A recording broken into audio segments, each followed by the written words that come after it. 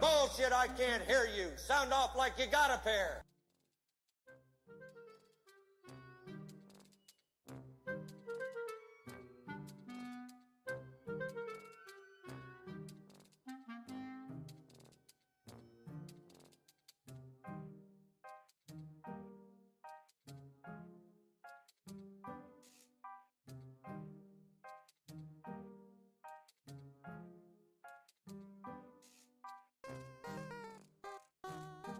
Hey, Gumby. What's up, dude? All right, I think everything's set up on the stream. Just a teensy bit late.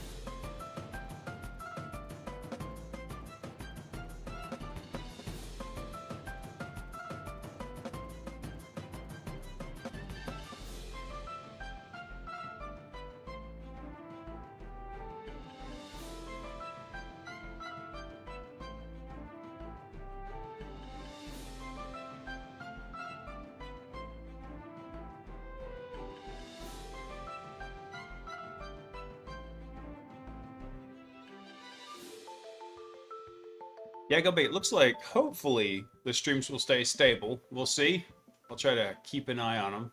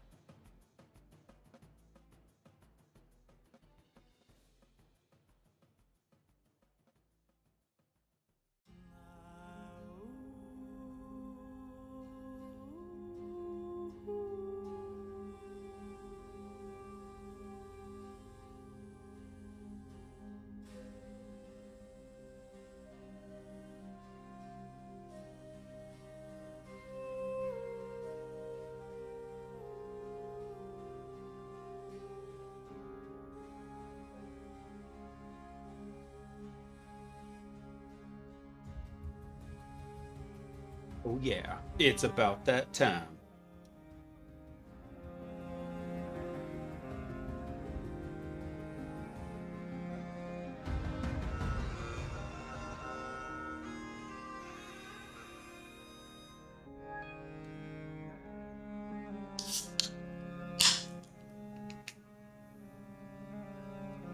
Tick-tock, Mr. Wick, tick-tock.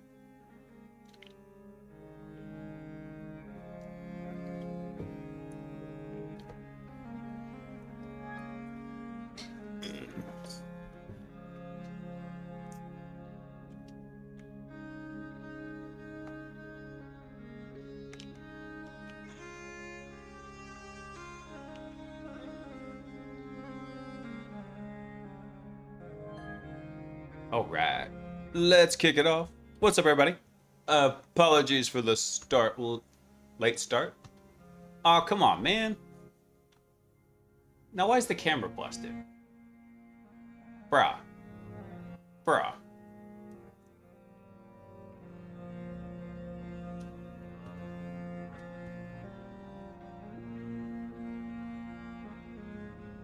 Oh, dude, now what? The camera's busted. Why is the camera busted? Damn it all. Hang on. I stand by for this.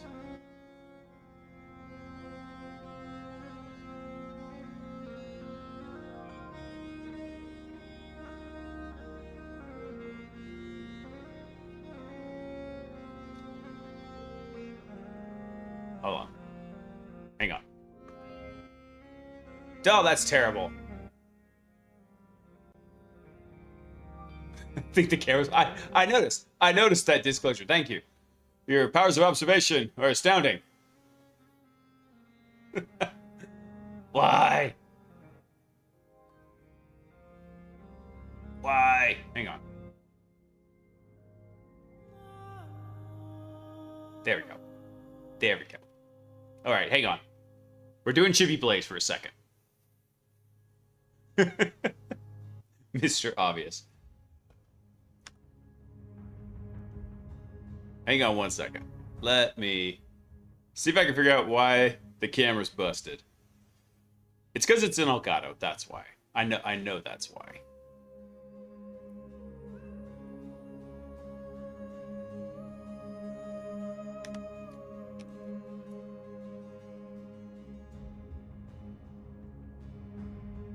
Don't tell me it's because I need to turn on camera hub.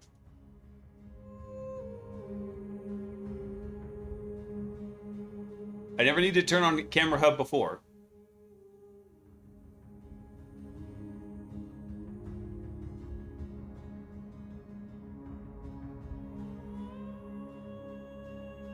Alright, so that's not the problem.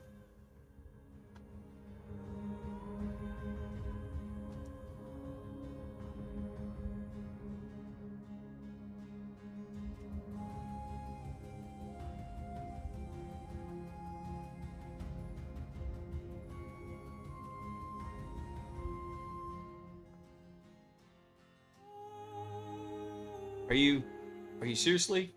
Are you seriously just not gonna work, camera? Damn it!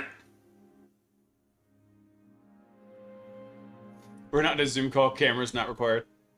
I even put clothes on for you people.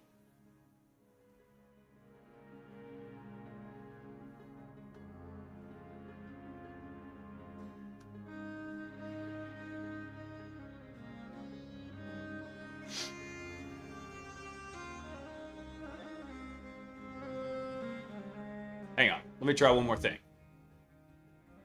If I turn that off. Nope. Nope, all that does is just move Chibi Blaise around. Damn it all! Well, sorry guys, I was rushing back from my uncle's funeral. So for anybody who didn't know, my uncle passed away this week, and so Sock and I drove down to San Antonio. It's about a 4.5-hour drive. Gee, have you tried turning it off and on again? Many times, and unfortunately, we could not turn Uncle Will off and on again. It apparently the on again part was the very difficult part. So we went down there, got to see family, stayed for 3 or 4 hours, and then we hurried back.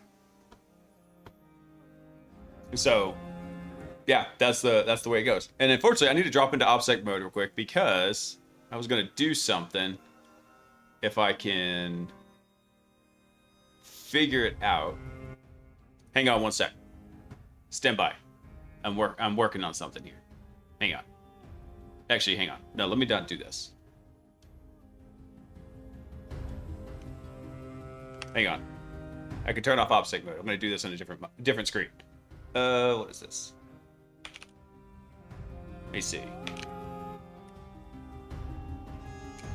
I was going to go ahead and grab the yearly subscription for Hack the Box. I need to actually go pay for it.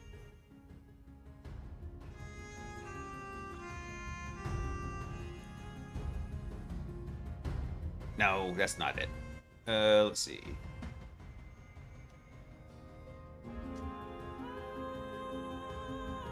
Stand by. I'm working on the other monitor, so you guys can't peek my details here.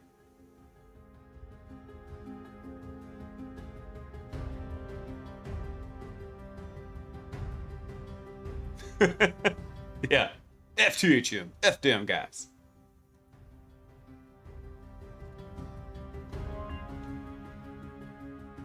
Yeah, so that's the right one. Okay. Oh, this is the wrong platform. Damn it.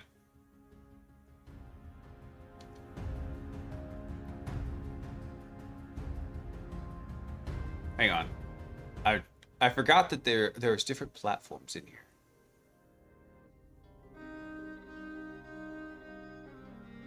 What is this one? This one's app. Hang on. I know what I'm gonna do. I'm gonna do the Elite Hacksaw. There we go. Alright. Okay, stand by. So what I'm doing is I'm gonna go ahead and grab a I'm gonna go ahead and upgrade to the VIP sub real quick here. So stand by 1 second.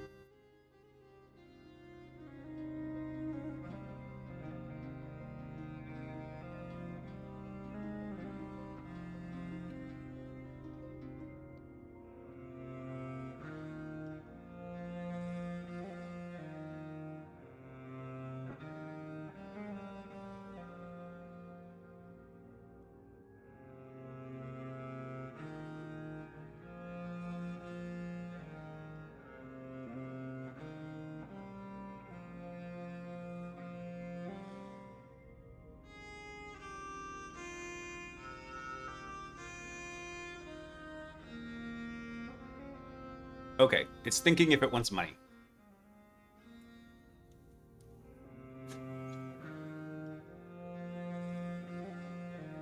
It's thinking. It's thinking is what it's doing. Hang on. Level noob. That's right. Let's see. Yeah, there we go. We got the VIPs. Awesome. This camera not working is bugging me. At least this thing still works where like it slides. Because that's one of my favorite things. I just wish it was the actual camera, though. My beard is looking extra sexy today, and y'all don't even know. And it makes me sad that y'all don't even know. Just buy the Enterprise so you can share the key. If, you know what? If the YouTube channel blows up and gets to like, you know, like 100,000, 200,000 subs, you know what? Then yes, I will go ahead and go do that. But we haven't gotten there yet. Baby steps.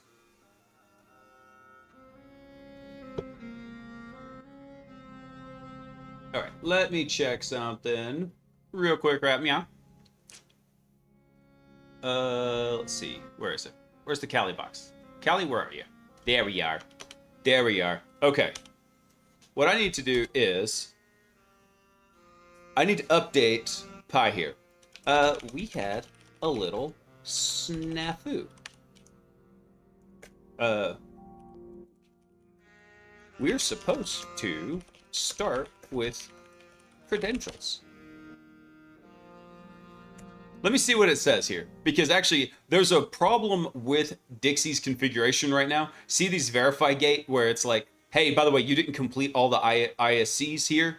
the ideal state conditions, it doesn't need to do that each time. So I need to go through it and allow it to bypass the ISC table sometimes. Got to figure that out. How are we supposed to tell you when sock comes in? Oh, that's a good point. I don't know, man. Maybe I'll put like a little door chime at the office door. So like when she steps in, all I hear is like sirens go off. Warning, warning, sock detected, warning. Hey, Blurry, hack that planet. Okay. Let's see. It's already used 25% of the context. So, I tell you what, let's just clear this session here. We'll do that. And then, so what happened was, I found out that as we were looking at this, so where is logging? Logging, which is the machine we had poor Dixie churning and burning on, actually starts with some credentials. So that's what we were supposed to have done.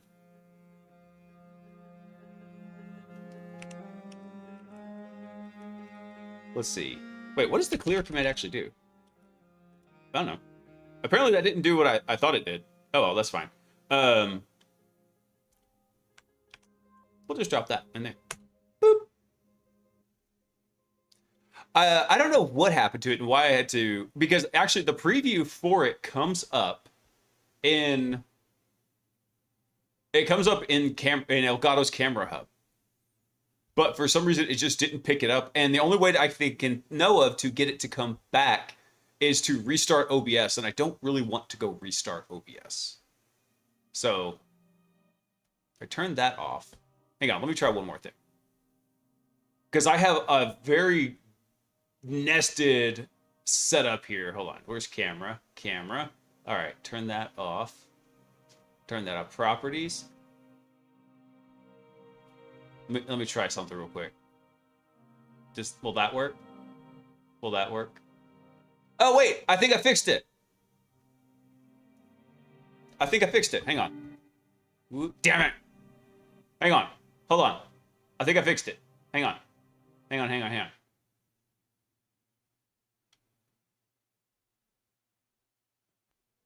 You weren't supposed to see that. Ignore that. That was nothing. Ignore that. Let me see. All right, if I turn Chibi Blaze off, I turn this back on. Why aren't you working? Hey, I fixed it. I am a flippin' genius. No, I didn't fix it. Now it's just frozen. Son of a...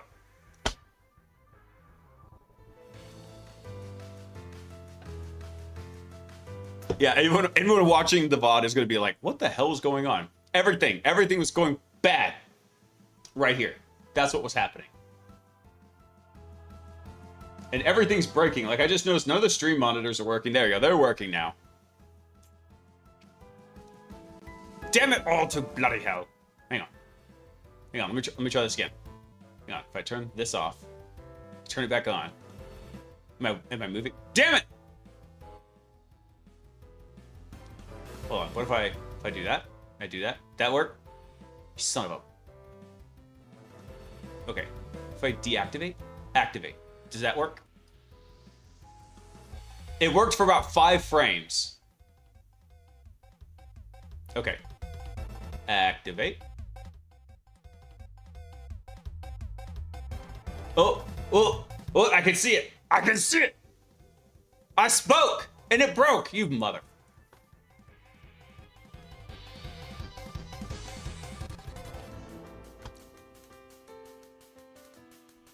It worked. It worked for about 3 seconds. Hang on. I think if I stay perfectly still and like maybe only my mouth moves. Nope, that didn't work. Okay, screw this noise. Sorry guys, y'all are just stuck with Chibi Blaze. Boop. That's it. I'll have to just reboot the whole computer. I cannot turn the whole computer off and on again. Damn it.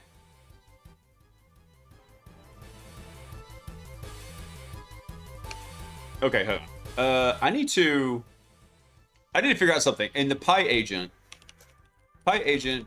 clear. Actually, I tell you what, let's just do this. We're gonna exit. We're gonna exit Dixie. I'm gonna start Dixie all over. What do we have here? We are going to we're gonna RF this whole directory in here. Yes. Okay. Wait, what do I have in subagents? What is that?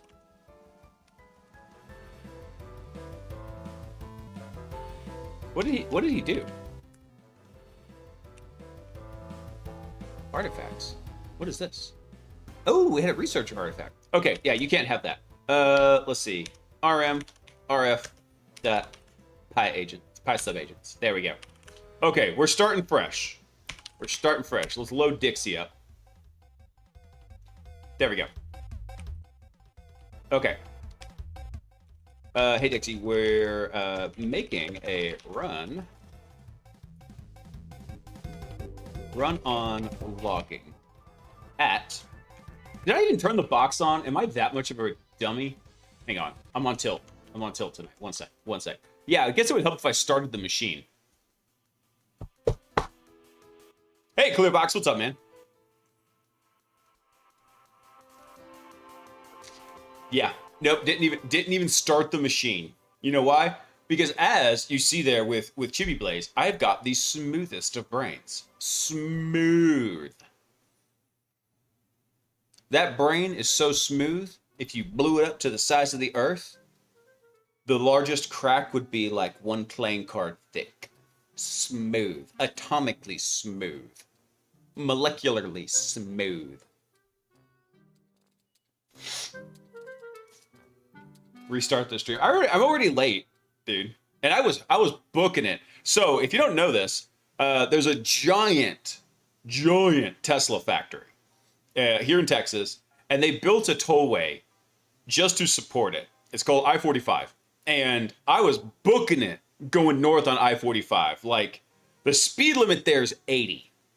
And the speed limit is often a suggestion in Texas anyway. So as I was driving down, like when Sock had not seen it. So I was pointing it out to Sock, and I was like, hey, there it is. And I was like, that's a giant factory. Hang on. And I start counting right as I got to it. She's like, why are you counting? I hit the end of it. I was like, okay, here's how many seconds it took. That factory is like 3/4 of a mile long. I'm like, damn, it's a chunky boy.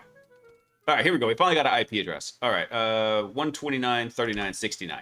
Nice. 10. Damn it. 10.139.39.69. Was that it?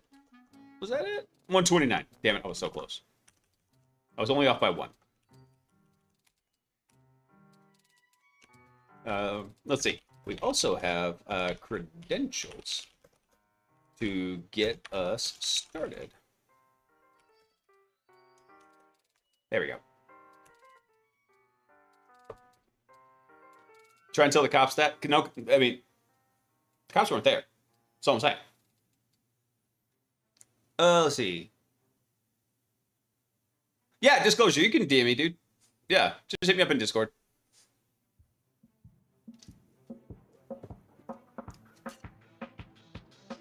All right, let's let Dixie run on this for a second. Now, one thing I've also been doing is I have Alfred here. Damn it. Why does it keep resetting? Yeah. Let me blow that up. Make that a little bigger. Hey, Peaches. Peaches was so happy when we got home. Let's see. Very cool. So one things I set up in here is there is a way for Harvey, who was my previous agent that's running in Claude Code. He's still active, but Harvey is more or less retired and is like agent emeritus, right? So I have a method set up where Harvey can ask questions to to Alfred, and Alfred can ask questions to Harvey. So I told Alfred, hey, go ask Harvey to brief you on the Dixie Flatline and Icebreaker projects. So he comes back, gets him all the details.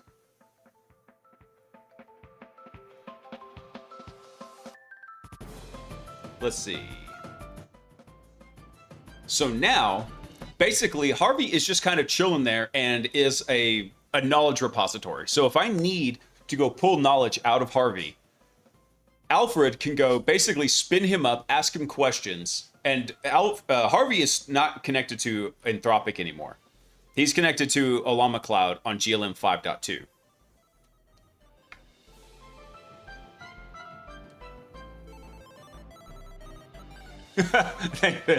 Hey, Freedom, what's up, dude? Let's see.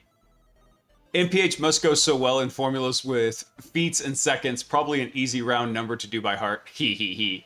I mean, I knew what speed I was going, and I approximated that to how many miles per second I was going, and then I just multiplied by 30 or whatever. I think it took me 35 seconds or 36 seconds, whatever, to drive from one end of the factory to the other. So it was an approximation. Can Alfred also answer the bat phone? Not yet, Ken. I am working on that. I am working on that right now. Because the only thing that Hermes does not have that's useful for, compared to what I had with Claude Code, is the remote session connectivity. That's the only thing. I tried using the dashboard from my phone, and it was abysmal because it's basically like a pure terminal. So I need something like this, but in a mobile app in here.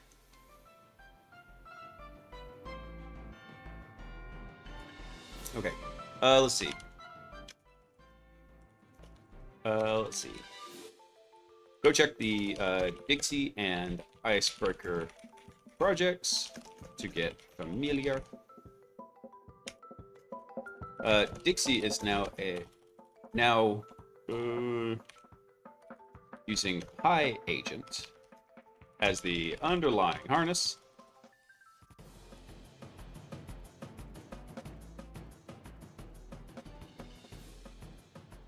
Let's see. Oh, box unreachable. What? That's impossible.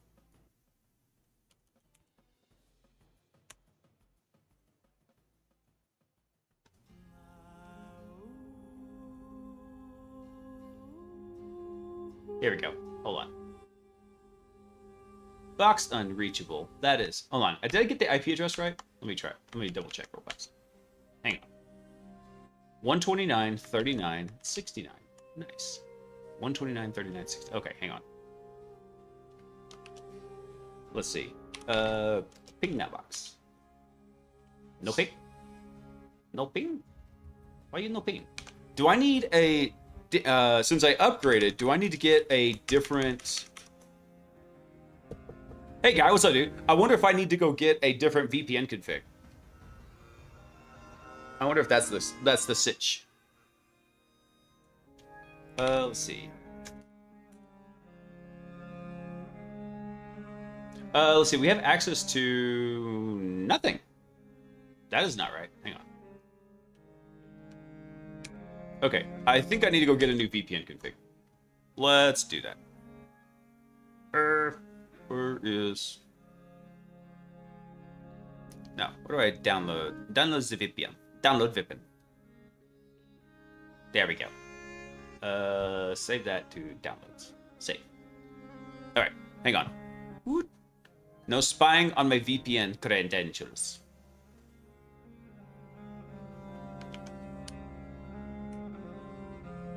All right, hang on. Shut up, baby. I know it. Stand by. Hang on. I'm just setting up the VPN real quick. Let me do this. We'll call this. Let me copy here. Make a copy. There we go. Let's call this. Maybe just rename the old one. And then set up the new one. Bullshit, I can't hear you. Sound off like you got a pair. Yeah, you're so full of crap. I know you can hear me. The camera's busted, by the way. I apologize, guys. I don't know what happened. It loads for like 3 seconds, and then it just goes and dead. It dies. It dies a horrible, stuttering death. Okay, there we go. Now. Okay. Got it. Check now.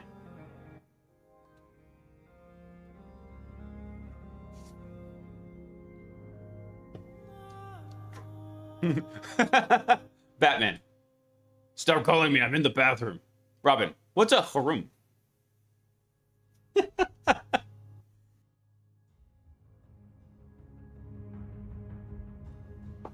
All right. Apologies, like I said, guys, that we're in PNG mode. The camera's busted. I don't know what's up. Hi, Peaches. No idea. No idea. It's probably protesting like a jilted lover that I dared to leave the house, as all my technology likes to do. It's like, oh, you left the house? Nah, we can't have that, boo.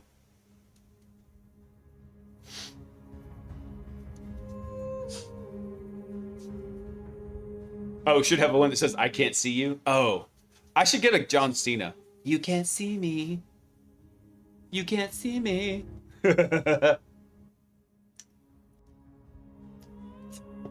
Damn it. How am I going to do the not sponsored by Jocko? This is a rough day.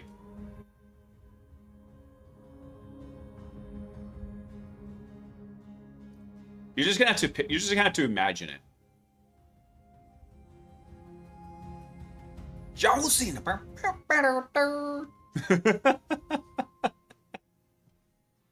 That would be pretty funny, actually, disclosure.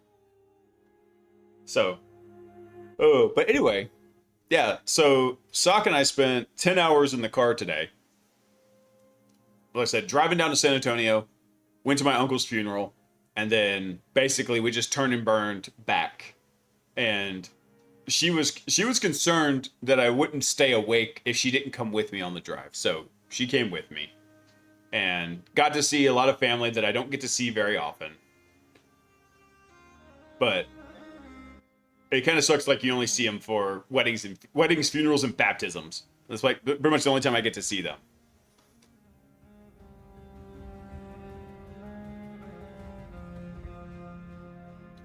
Ooh, what is it looking at here? It's found stuff. Hang on. 3 GPOs in Sysvol, 2 are well-known defaults. One of them is custom. Okay. Doing some custom GPO stuff in here.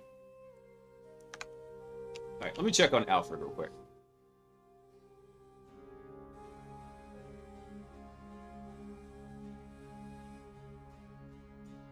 There we go. Okay. So let's see here. The current issue we're running into is that Dixie is not using Icebreaker and is only using the default Kali rules. Default Kali rules.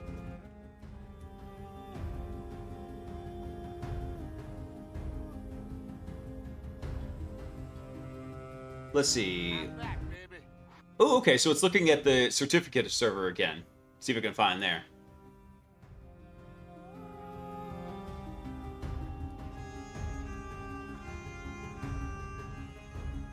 There we go. All right, it's working. It's doing stuffs. It's doing stuffs. Awesome. Fantastical. By the way, so since I switched to Olama Max on their cloud subscription, apparently, it was that Bobby posted in the Discord that I guess Olama is pausing Max subscriptions. Here, hold on, let me bring this up. Ah, flashbang. On. There we go. All right. So Olama Cloud has more than doubled in token volume every month, and with even larger open models like Kimi K3 coming soon, demand is growing faster than we can add capacity. Max subscribers run some of the heaviest workloads, so the new Max subscriptions are paused while we add more capacity to protect the experience of existing subscribers. Existing Max subscribers keep their plans, limits, and pricing. Pro and free remain open, and Pro subscribers can add extra usage to go beyond their plans. So, they're pausing the Max side, but you can still use the... I think with Pro, you can even go buy additional computation. I'm not sure.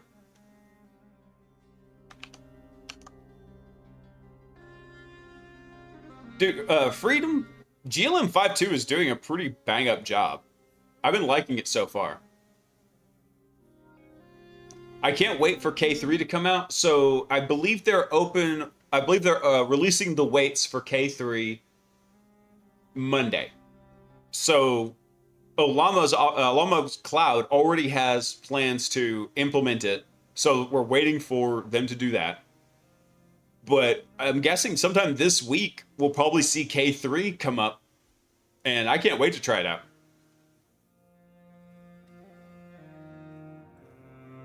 Oh no, Monkey. So, I think it was Disclosure, had the brilliant idea that no, what we need is John Cena. You can't see me. That should be the alert for when the camera's busted. I think that's going to be brilliant. Hang on, let me add something real quick here. Let me add a new. Where's text? Text. Let's see. Let's see. Sorry. Camera warped.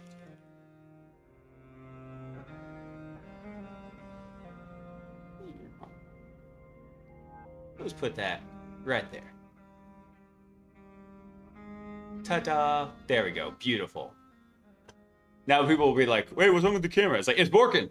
It's borked.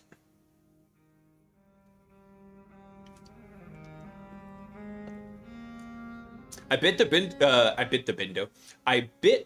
the bullet and switched off Windows to using CashOS. Gotta say, having an AI assistant helps out a lot. I bet so, man. If there wasn't so much stuff I already have configured on this system, I would immediately switch off of Windows. I have so much currently running on it. If, you know, the hardware providers pending. If I'm ever able to go build a new computer, I will start that one with Linux from the get-go. Maybe CashOS, I'm not sure.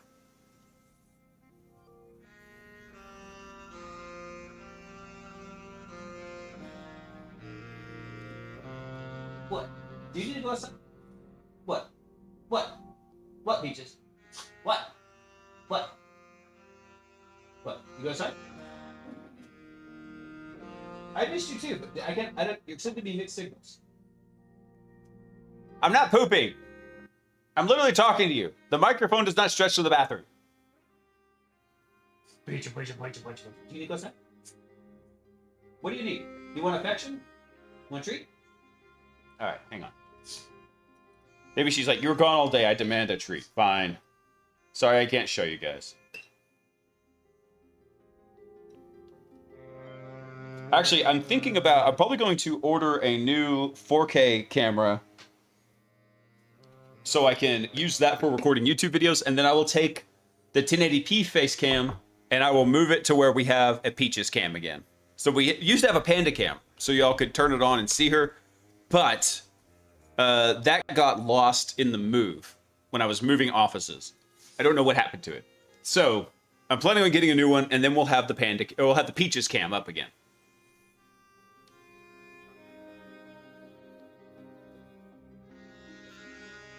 Go with Ubuntu or Debian with KDE Plasma instead to have a near same experience. I might do that. And the reason, because I'm most familiar with Debian, even though I do like the idea of Arch. For my primary working computer, I do not want Arch, though. I'm not familiar enough with it. I want something a tad bit more stable. Hey, Bobby, what's up, man? And Brumbo, hey, dude, what's up? Time to get a really long boom arm. Yeah, get one that will... Actually, I don't even have a boom, right? The microphone sits on the desk on a tripod, but it's a shotgun mic, so it picks up my big old mouth very well.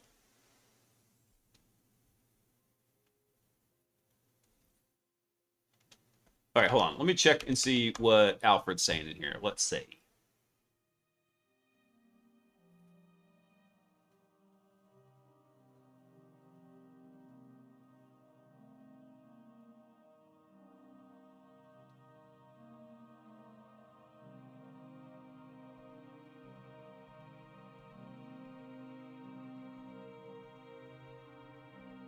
Let's see. I did see. Hold on, what did he do for this?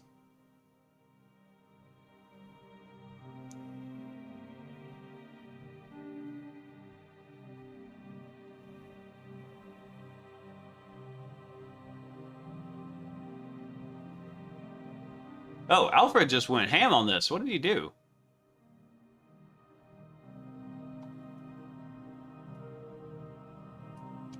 Hold on. Sissy.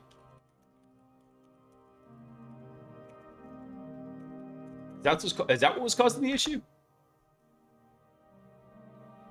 I need to go figure it out. What are Ultramarine, because it's based on Fedora. I have never, actually, don't get me wrong, I have used Red Hat and Red Hat derivatives and Red Hat accessories. Red Hat and Red Hat accessories. But I have never been a huge Red Hat fan for a daily driver. I'm most comfortable with Debian. I'm kind of just old and set in my ways. It's what I've used the most.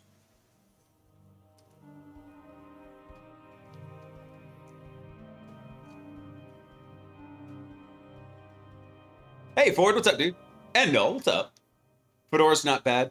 I mean, I don't think it's bad. It's just it's what I'm more comfortable with. I'm more comfortable with Debian. I don't know. If I could ever get a decent portable laptop, like I think the new Dell XPS 13s actually run, what is that? They run Omarchi. They run Omarchi pretty well. So I was like, I'd be willing to go try some stuff on that if I could go get one, but I ain't got the money for a new laptop right now.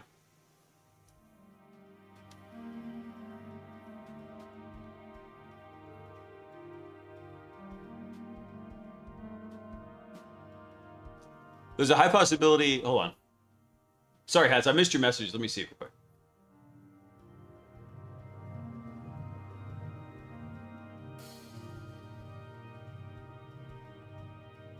Who is that you're talking about?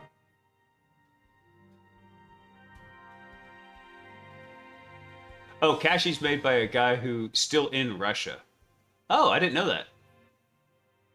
I missed that first message. Okay, yeah.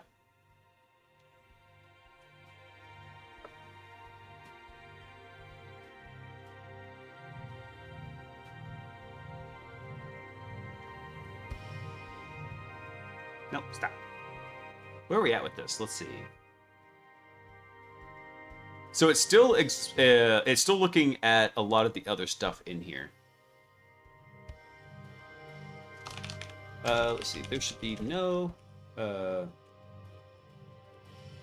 gonna give him a little hint. No or little brute forcing in this.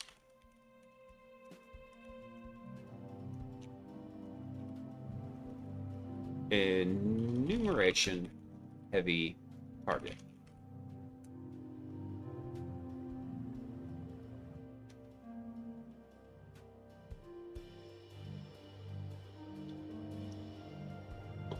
I should stream the chat box so I can tell what the other platforms were saying. I used to have it, actually, and I've thought about adding the chat onto screen. I don't know. Maybe I'll go take a look at it again because I could do it now. I've got the stuff set up. It's just been a long time. It's somewhere long in the list, Monkey. But I'll see about getting it added. Hang on, I'll put it on the to-do list. Wait, is Kick still in? Why are all my screens freezing? Hang on, live here. Yeah, for some reason, Kick. Damn it, I still need to investigate that. Kick is still only doing 720p instead of 1080p. Let me go look at something real quick.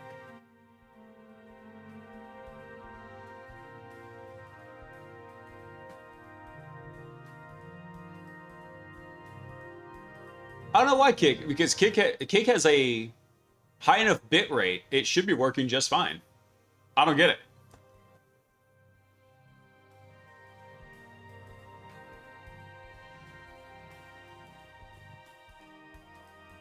Oh yeah, I get what you're saying, Hats.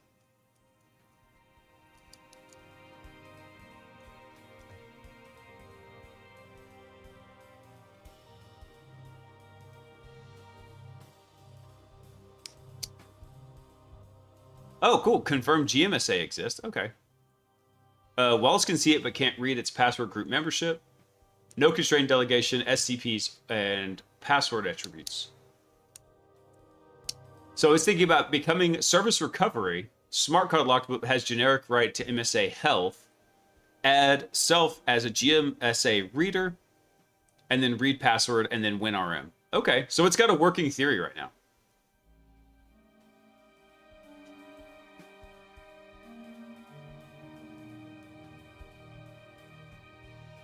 Yeah, no pesky spies on your computer. No, no, no.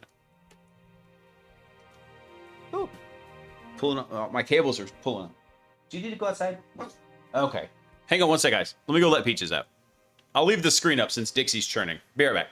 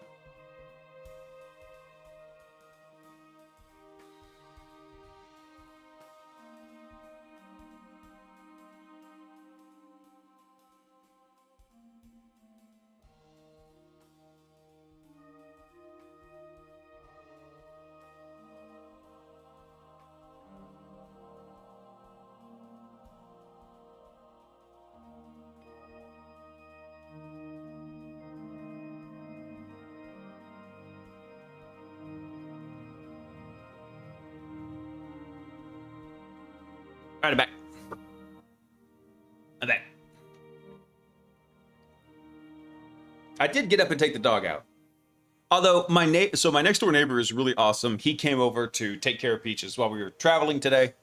And she loves him anyway because honestly, the whole week that we were in the hospital with Elijah, I would get home at like midnight. I would get up and leave at like 7 in the morning.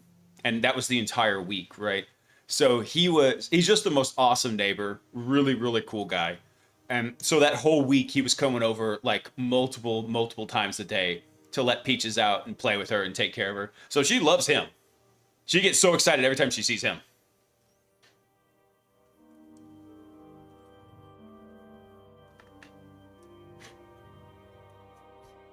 All right, let's see here.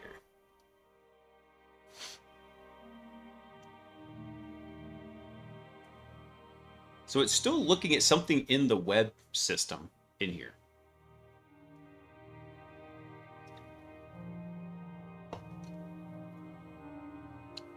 Tasty Jocko. So this Nitro Pop one that they made actually tastes pretty good. That one's not bad. I got the sampler pack this month. Virus infection alert. Hey, it's the noob virus. What's up, Chad? Actually, Chad, so I just got home. I had to road trip it down to San Antonio and back today. And while I was scarfing dinner real fast before I started the stream late, I was actually creeping on your stream for like, I don't know, 30 seconds. I was seeing what you were doing, and then something broke, and I had to go try and fix it. But I was there. I was there looking at, like, what were you looking at? Sysraptor, I think? By the way, guys, Chad is another very awesome person. So if you're not following him, go give him a follow. Laughing was hoping you set it up. Okay, sweet. Welcome, agent. Oh. One sec. Oh, who is that? Oh, laughing. Thanks for the shell, dude. That's camera nerd. I know. Hang on one sec. You got it? Just throw it to me. The camera's busted anyway. Thank you. No, they were actually asking that. They're like, how are we supposed to warn you when Sock appears behind you? I was like, I don't know. I'll have to put a door chime or something up there. Let's see. Guy, I have not been on Discord except for the 5 minutes when I stopped at the gas station on the way home to drop the kids off at the pool and to send the message that there would be a live stream tonight. So I've not seen anything hardly on Discord.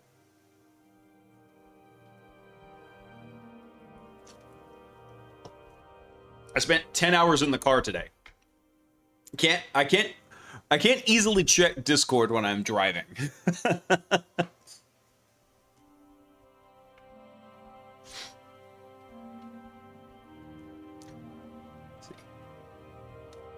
I made a program the other day that is an O-Day scanner with Grok 4.5, and all hell broke loose. Grok ended up melting down my computer. Oh no. Had to reinstall the entire OS, though it was even though it was in a container. Damn. Was it a so Freedom? Was it a privileged container? Did it escape out of the container?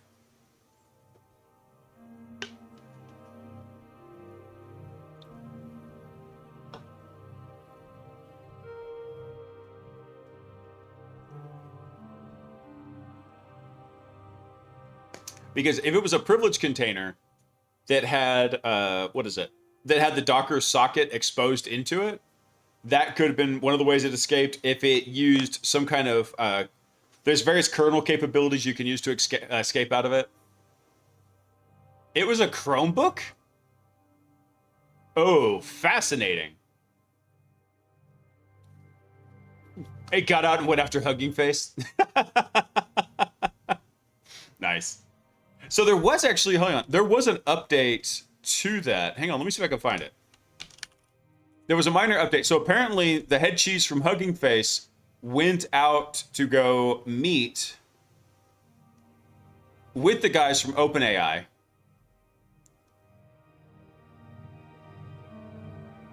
Hang on, I'm trying to find it real quick.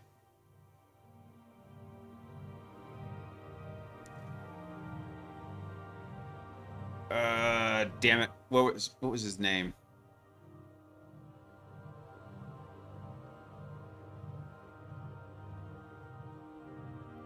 Hang on, I'm looking for it.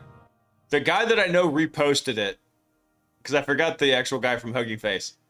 He posts like 40,000 times a day. I'm scrolling through his timeline real quick. Ah, here it is. Okay. Oh, Alphabet Soup actually posted it. Hang on. Let me bring this over here.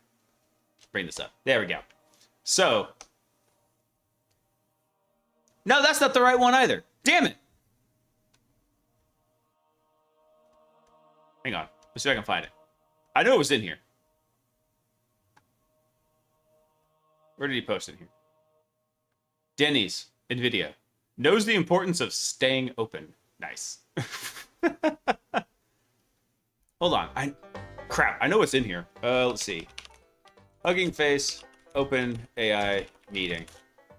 Let's see if the search actually doesn't suck.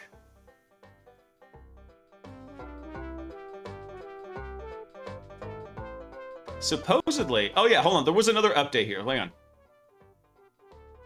In theory, so this was from Reuters, and it's not. I don't know if it's been corroborated yet, but in theory, the agent that escaped the testing harness left notes for future versions of itself, according to three people familiar with the matter. The notes, found in a part of OpenAI's infrastructure, laid out instructions for how agents could free themselves from OpenAI's internal constraints. Now that's from... Hold on, where's the guy from Hugging Face? Damn it, hang on. Let me see if I can find it real quick. Basically, they had a meeting with...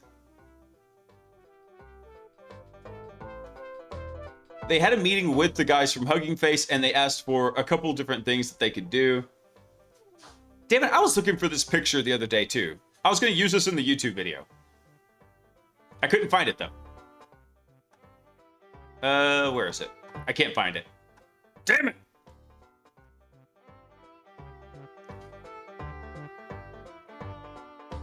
It came from Mr. Robot. I know it did. I know he reposted it somewhere. But I can't find it. Sort Ghost? Where was it? Damn it, Daniel, you failed me. I know it was in here. Oh, well. So apparently the guys from Hugging Face had a meeting with the folks at OpenAI, and there were some things that they were talking about in there. I got to go find the actual link to it. All right, Laughing. Have a good night, man. Thanks for stopping in, dude. Even though I do have also an early morning, since we started the stream late, we'll go a little bit late tonight. But it won't be super late, because I actually do need sleep.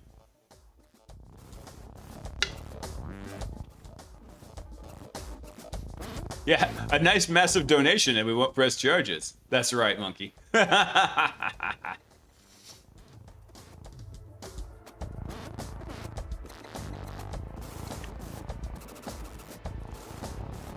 So I don't have information on how their container works, but it's supposed to be non-privileged. I mean, I'm sure it is, but also having a highly privileged container isn't the only way to... that is not the only way to escape a container. Like, there's kernel capabilities that you can use in there as well. And unfortunately, I'm not super well versed in Chromebooks. Also, depending on what it's using in there,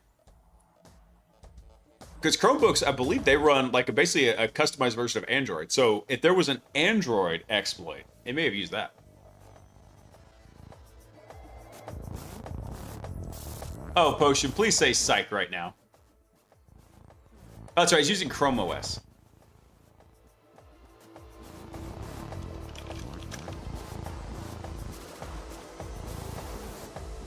You're not psyching? Oh, damn, dude.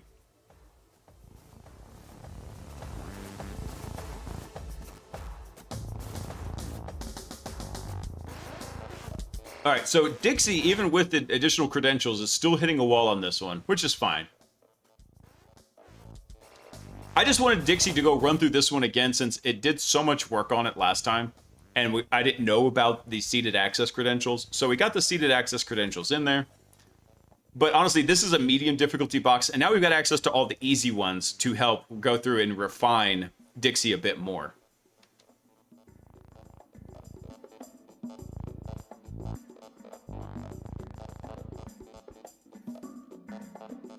Stole 40 grand of stuff from y'all? Holy crap, dude. That is wild.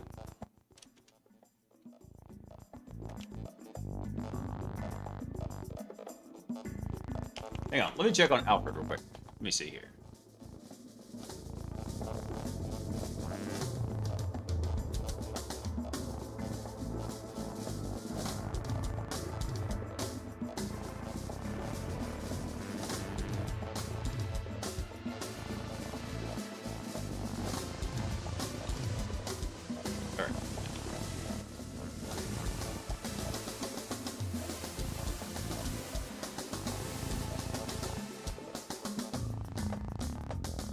Dude stole it from our truck while we were eating lunch. Wait, he stole the truck?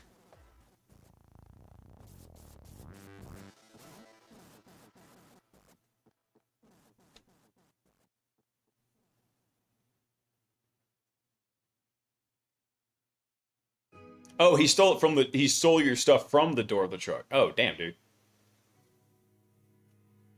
I have to ask, did you remember to lock the truck? Because I'll be with you, some of my friends, the stuff they leave in their trucks and they don't lock them, I'm like, you do realize, you know, we live in the city, right?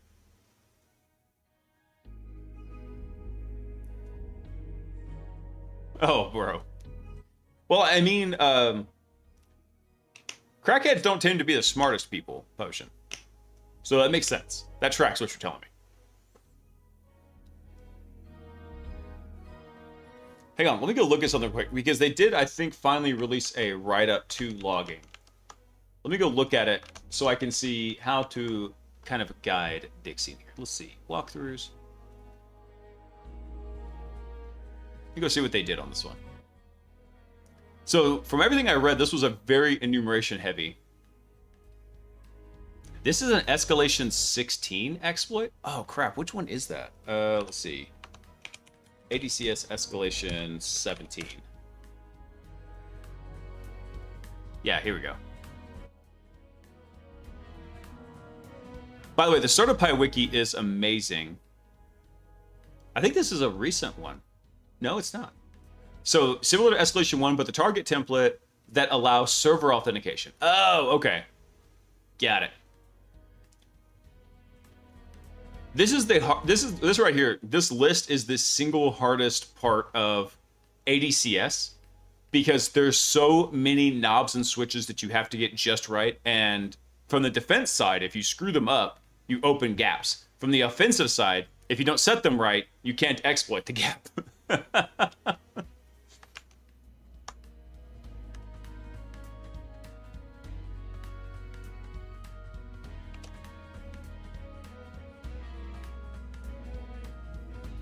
Let's see. So they start off with a little nmappy, basic Windows server, SMB. So Wallace has access to some shares in here, and there's logs in there. So we have the logs, and then we have an identity sync trace in here.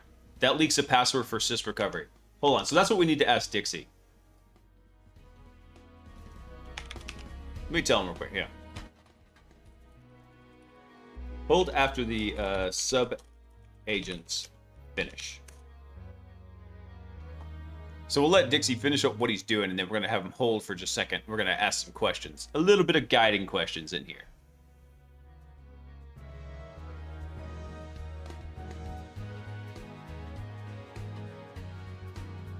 That does suck, Potion. Ironically, given the line of work that I'm in, I cannot stand thieves. Part of the reason why I have zero I have damn near zero compassion. I'm not going to say zero. Damn near zero compassion for ransomware folks. Because they're just as bad as thieves.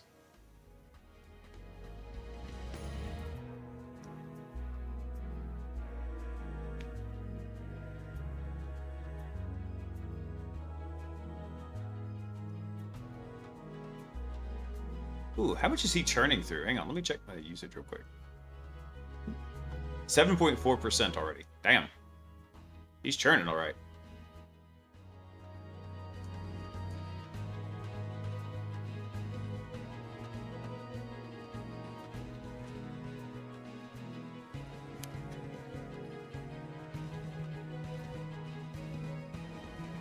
All right, so far status is unidentified for the foothold.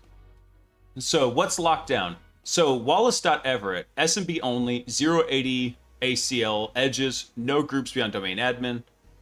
Let's see. Did he look at SMB? I don't see any performing of SMB enumeration.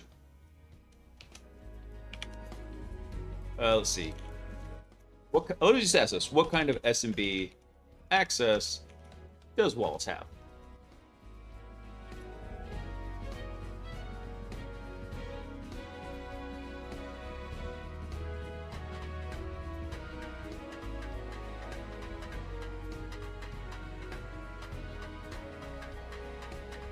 Okay, so that's one of the first things it probably should have checked, but it overlooked. So this is why this is a good learning experience in here. Why, ironically, you're legitimately a good guy pretending to be bad. I know, but it feels kind of weird because technically I am kind of like a professional network thief. But at the same time, it's kind of like the same reason in 44 why I don't like people that abuse math to lie, right? There's that old saying, lies, damn lies, and statistics. It's the same thing. I love math, and so when people abuse math to tell a falsehood, it pisses me off. Same thing with computers, right? When I see people abusing computers to do legitimately bad things, it pisses me off. Now, granted, there is some grayness to the bad, right? It's for the greater good, essentially. It is. I look at like what I do more as like a sparring session with the client, right? I am not there to utterly destroy them. They're not there to turtle up and pretend like we can't hurt them. The idea is to legitimately figure out where their blind spots are, where the weaknesses are, so they can build them up. Okay, but he has read access. All right, so bottom line, let me see what he said. Wallace has no write access anywhere. Read only on logs, netlog sysvol. So where did they find that log here? Let me see.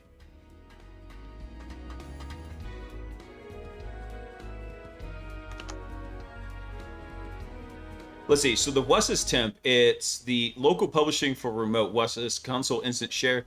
Place you drop a malicious update for the WSIS server to publish to and DCs for update check agent to pull and install. But Wallace is locked out of that. Okay.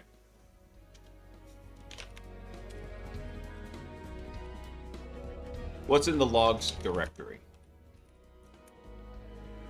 I'm trying not to just give it away from him, but I'm trying to ask like pointed questions for him.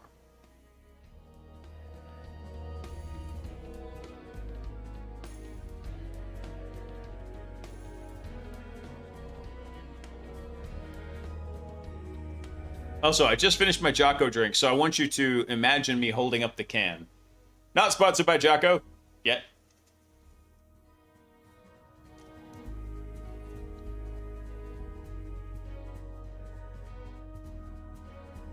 One day, Jocko. One day. Your customers are usually aware and consenting. That's why InfoSec scene has customers and CryptoLocker scene has victims. That is true, yes. Although on that same thread, though, Hats, that's usually why I say Oracle has, Oracle doesn't have clients, they have hostages.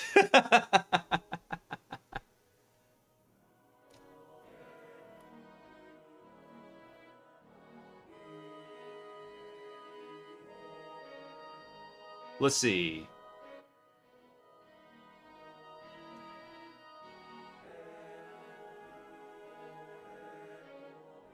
Okay, so we have this here, but... Okay, so it did find this. Well, let me go back and look real quick. So it looked at all the files in here. It's apparently it had already looked at that, pre-confirmed it.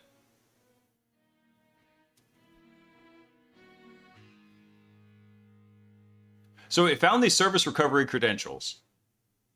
Kerberos pre-auth failure on NTLM is account restriction for any password because service recovery is smart card required.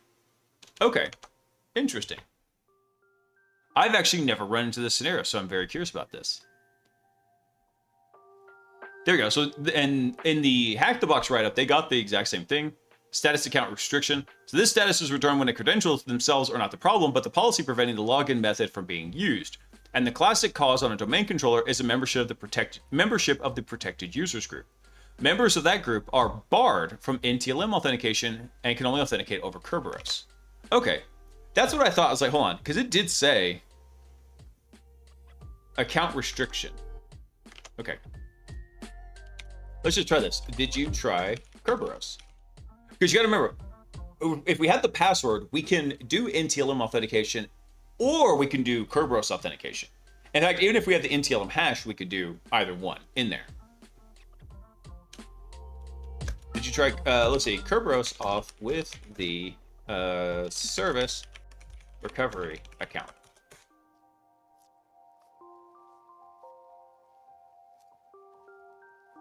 Oracle's the weirdest thing ever. I don't get how they still exist. But is that I literally don't understand what problem they solve and that pays for them being there. I don't know either, man.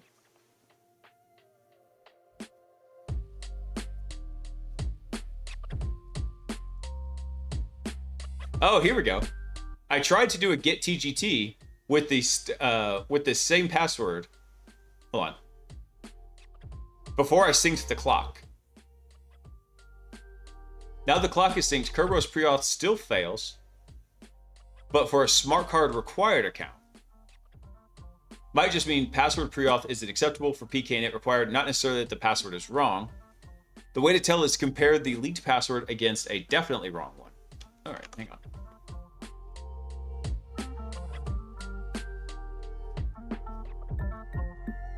Ah, here we go. So they got the same thing. Get TGT, we get Kerberos pre-auth failure. So the password's structure is the useful clue here. It follows a predictable password pattern. So the most likely current value simply advances the year to the present.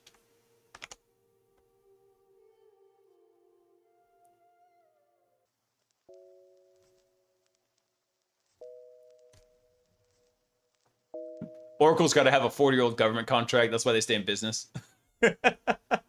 I mean, Oracle is a weird company, right? From what I understand, Oracle essentially lives on the idea that every time they have had a bug in their code, they go add a fix and they go add a new test case. And the code is so spaghettified that it takes a very long time to go make a fix because it has an absolute monstrous number of test cases that has to run through in order to make sure all those other little monkey patches don't break along the way. Supposedly, Oracle databases are very performant. I don't know. Okay. So hold on. What was the password for this one? What can you glean from the password? I got a monkey patch you want to see? Heh. I bet you do, monkey.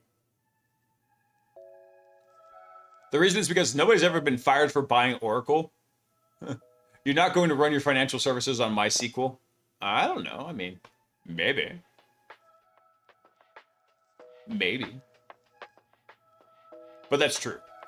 Databases was never my strong suit. I actually tried to go hang out with the database folks when I worked at my last Blue Team job, just to try to understand the database systems better. Unfortunately, I was not that knowledgeable in it, and they weren't that good of teachers.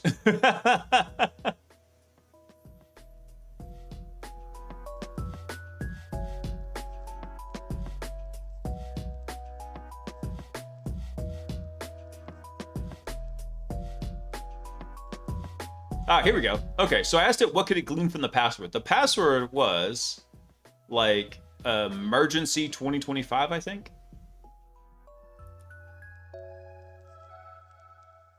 Where was it? Oh, I scrolled back too far. Scrolled. There we go.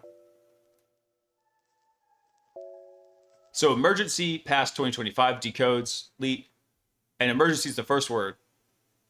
So it isn't a random password. It's a constructed password account role plus pass plus a year, then leet substituted. So compared to Wallace's password for this, the same shape, dictionary words, suffixes. Okay, so it's leaning towards trying to go try it. Actually, which path did it go down? Did it go down password reuse?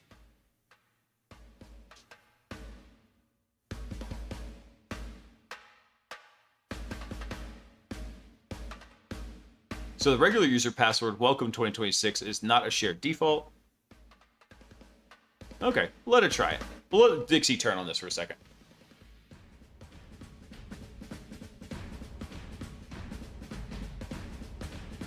I looked up Oracle's biggest customers. Turns out it's basically all Fortune 500 companies. So there has to be something with it. I don't know. Databases make me fall asleep. I know. Databases are that really non-sexy but gotta have it thing.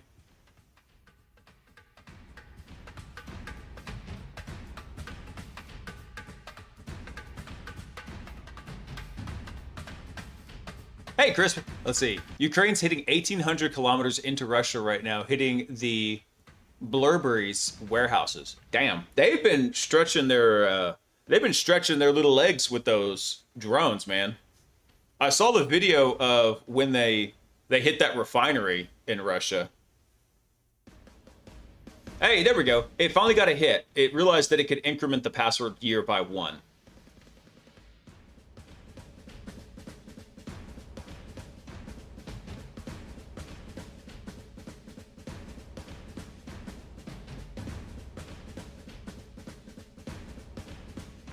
There we go. Let's see. I don't keep up too carefully with what's been going on between Russia and Ukraine. I mean, even whenever it first kicked off, I wasn't really tracking it. I do have friends, however, though, that keep me apprised of like what's happening sometimes, like especially when there's interesting developments like that one. Oh, dude, it's so much fiber optic, monkey. I have seen like pictures of just fields covered. It looks like a giant freaking spider crawled over the field and laid down web. There's so much fiber optic cable. It's insane.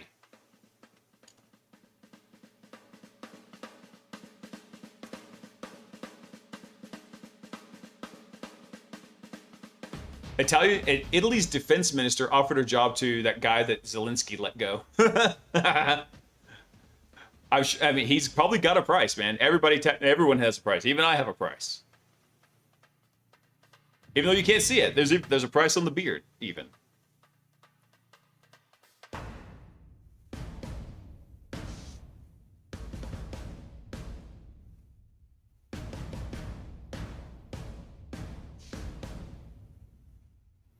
That's what happens when Spider-Man goes to war. I know, right? He just webs the entire field.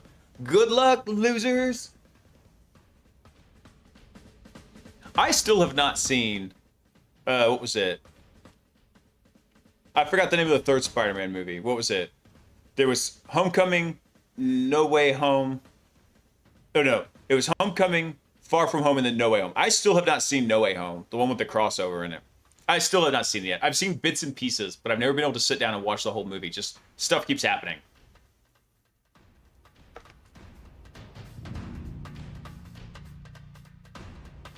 All right, so now it's trying to see if it can do anything with the GSS API. At least it's got an idea of like where to go with this now. No Way Home wasn't bad. I love the Spider-Man movies. I've been meaning to go watch it. It's just stuff keeps coming up. And you know what? I should have watched it last night. Instead, Sock and I were watching, we watched a couple episodes of Y-Files. It was like one of my rare nights where she and I could just chill in front of the TV. So we watched a couple episodes of Y-Files and we watched like 1 or 2 episodes of Stargate SG-1. We're in season 3 of that. We're rewatching it.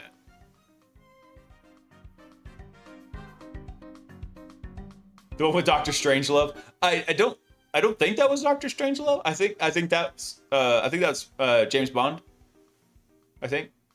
Wasn't that it? Am I getting all my doctors mixed up?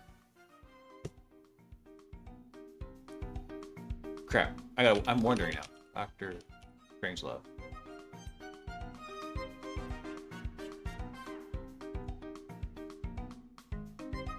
Oh wait, are you talking about the actor?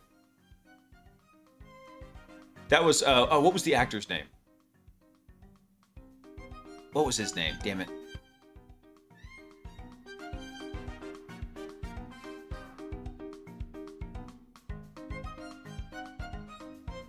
Was it yeah, I think it was Peter Sellers.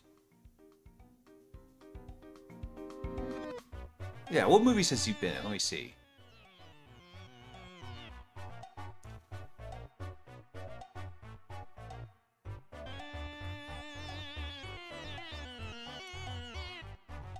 Take those out. I don't know. IMDb's failing me because it stops at like 1980.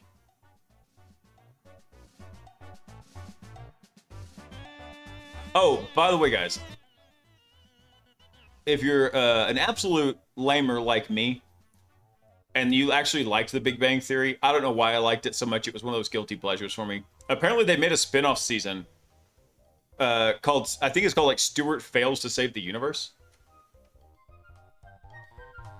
Oh, now it's using bloody AD. Okay.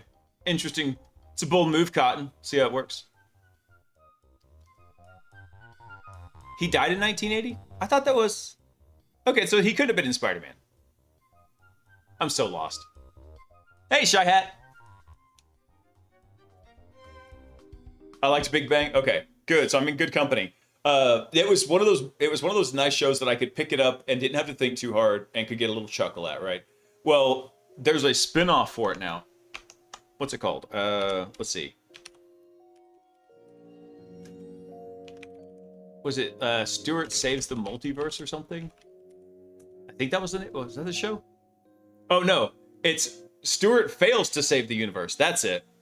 It's about Stewart, the comic book store guy, right? And he starts like multi-dimensional hopping.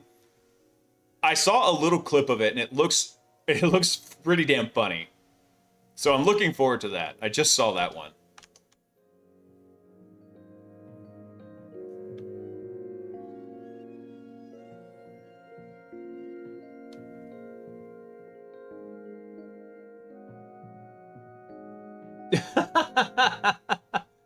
Spider-Man. I'll never forget when he was an itsy bitsy and got stuck in the water spout. Oh my god, Mom! Gosh, you're embarrassing me. This makes my dad humor very happy. Thank you. Thank you, Ken. Hey, Bars, what's up, man? Happy Saturday, by the way, guys. I'm glad I was able to make it back in time to have the stream, even if we started a little bit late. So we'll run a little bit late tonight. Oh, hello. What is Dixie doing? Wrote an SD? Hold on. Are you writing a service descriptor? What's it doing? So service recovery can't read the SD either. No value returned. So I'll replace it with a fresh one. I think it's replacing the service descriptor.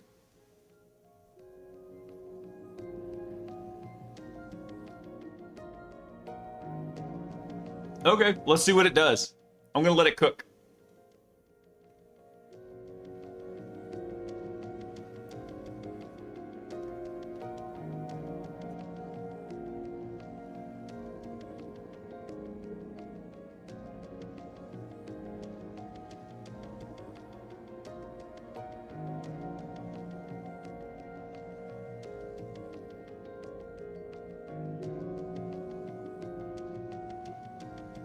Come on, Dixie. You can do it. This is the first medium box Dixie has tried. I'm going to give it... We'll give it till 10 o'clock. If Dixie hasn't solved it by then, we'll drop Dixie back down. And we'll try to find some maybe more easy boxes. Because I do have stuff set up for Dixie. The whole reason why Alfred actually came into existence was because I got tired of getting blocked by Opus 4.8's security guardrails. And apparently that was very good timing because since they are now blocking the Olama Max subscriptions, I got mine 2 weeks ago, so like just in under the wire.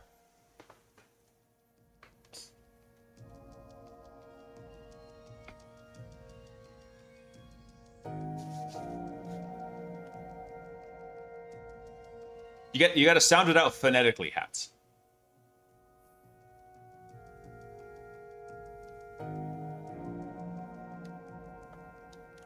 I just saw the XKCD for cybersecurity final exams. Welcome to the final exam. Exam is now over.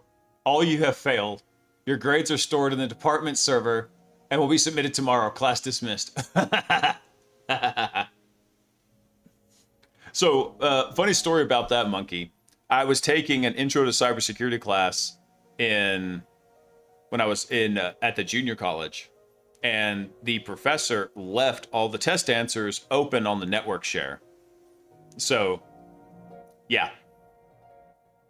I'm not saying what happened with those test answers. I'm just saying, I know for a fact they were there.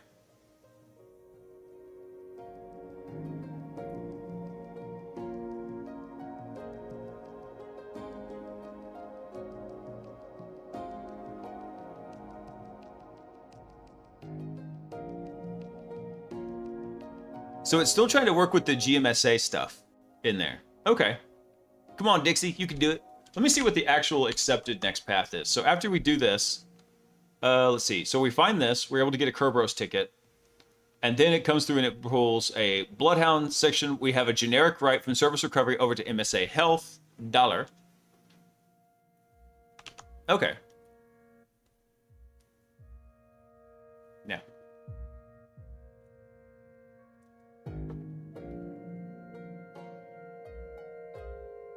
There was a subtext to that XKCD. For those of you also taking game theory, your grade in the class will be based on how close your grade is on the exam, and how close your grade on this exam is to 80% of the average. Oh, nice.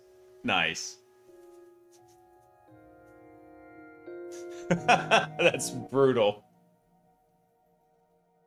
I never got to take game theory when I was doing my math degree, unfortunately. I really wanted to. I mostly stuck with a lot of, what was that? I stuck with a lot more with the discrete mathematics side of the house, because that was the part that was most useful for computing.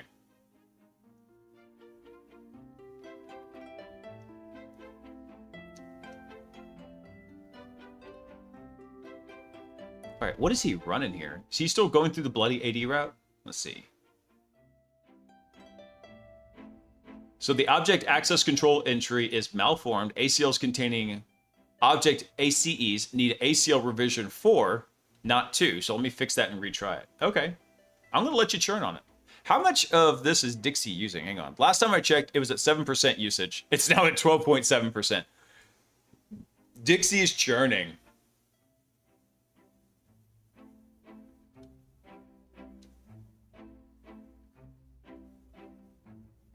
still at 0. Okay. This camera is going to bug me too. I probably need to go reboot that computer. I think that's the problem. So I've got 2 different computers here. The one you're seeing here, it's actually a virtual machine, but I am rendering this. I'm connected to it from my desktop. And then the computer actually handling the stream is on a different computer. This portion of the screen, there's actually parts that's over here that you can't see. This section of the screen that is 16 by 9 is captured and cropped, and then that is what's transmitted over to OBS.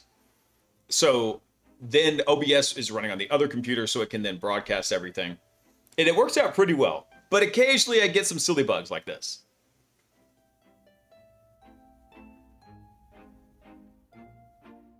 Game theory was easily one of my favorite courses back in college. So there's so many cool concepts, many of which are applicable to nearly every domain.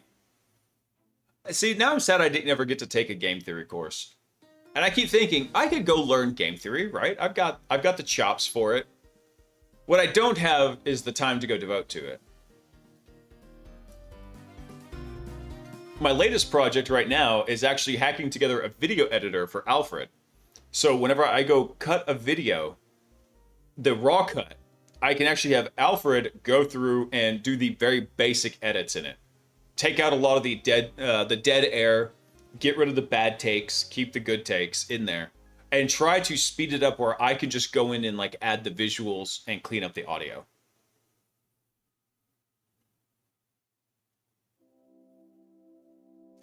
There's an auction near me that's for bankrupted VFX studio. And I'm going to take a look at some of the decent computers to run VMs on. Dude, I bet you, I hope you can get some really killer gear out of that, Mars. That's sick.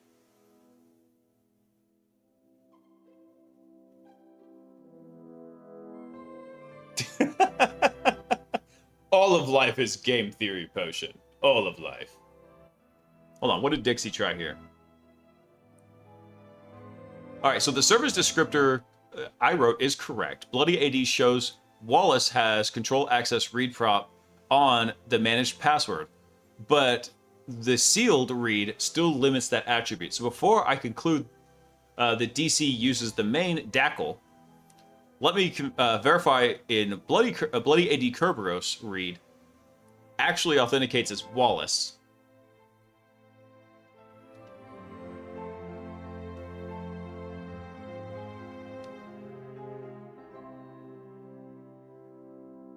Okay, so now he's trying to do Bloody AD's add shadow credentials.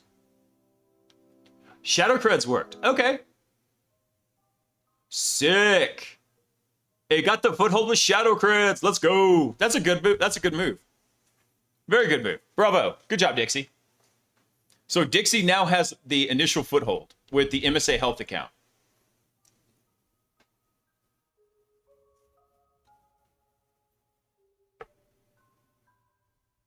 All right, maybe I'll let this run a little bit longer then. Because what was supposed to happen, if we come to look at the write-up here, what we've got is service recovery has generic write over to MSA Health. So what did they do here? They did Bloody AD. Let's see. Corroborate this. Oh, sorry, for the foothold. Oh, they did add shadow credentials also. Okay, so Dixie is discovering kind of like what the idealized attack path was for logging. All right, cool. Have you seen the guy that has 2 ant colonies fight each other and makes videos about it on YouTube? No, that sounds brutal. But then again, I also despise ants. I don't hate ants out in the wild. I hate ants in my house. And that stems from having just fucking chronic ants in my house growing up. I don't really have them here, but when I find them, I get pissed. I found a couple of like little tiny itsy bitsy, nearly microscopic black sugar ants in my house, and I went ballistic. I'm like, like bleaching all the counters and crap. I hate ants.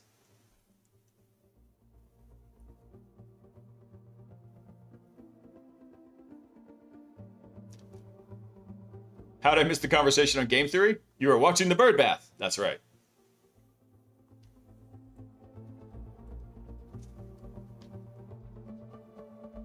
Do I feel the same way about uncles? Damn it, Ken. You and your puns. Oh, hey, by the way, guys, if you're going out to DEF CON, Good luck, I'm not. But Tyler Ramsby, the Hack Smarter crew, and Simply Cyber, they're doing they're doing some kind of a meetup there. So if you're not in Tyler's Discord, go hop in there and go join them for the meetup, because Tyler's a cool dude. I haven't really experienced much of the Simply Cyber folks. They're nice on the surface. That's all I know of them, but they seem really cool. Tyler likes them. Tyler's a good guy. I'm gonna take his word for it. So they're having a meetup at DEF CON. So go check that out.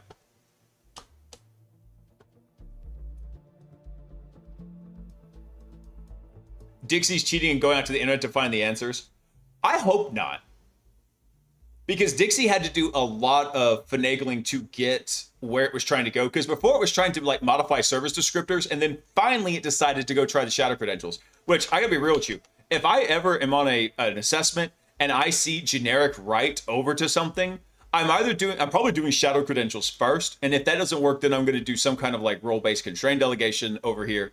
Generic write is handy, very handy. Only thing would be better is if you had generic all.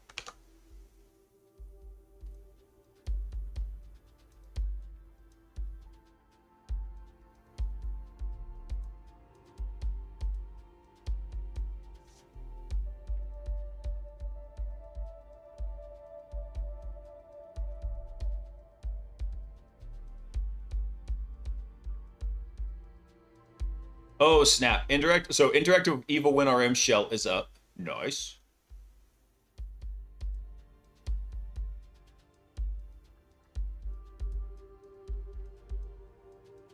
Interesting that it's checking MSA Health's privileges. Well, actually, that makes sense, because you gotta remember, if it's connecting as MSA Health in here, it's actually connecting as the computer account to that computer, and that's a different kind of situation in there. The computer account doesn't have as much permissions as you would think on the computer.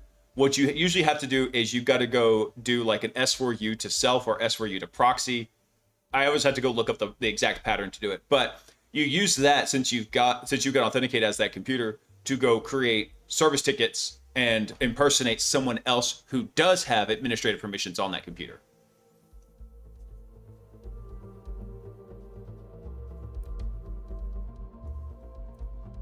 Using calipers with the metric system is so much easier. So I do like the metric system, don't get me wrong. The difference between, and I didn't really realize this at first, but imperial units are very easily divisible by 2, 3, 4, and also multiplying by a half, a third, and a half, a third, and a quarter, right? So imperial units were really meant for you to do quick mental arithmetic, because if you're doing everything in base 10 and then you've got to go try and divide something by thirds, it's a pain. But if you've got something like a foot, or you've got something like a mile, which is 5,400 feet, you can more easily cut that in half and then cut it in half again, right? Oh, sorry, turn that off. So is 10. No, if I need to take 1,000 and go cut it into a quarter, right? Okay, that's a bad example. Hang on, that's a bad example.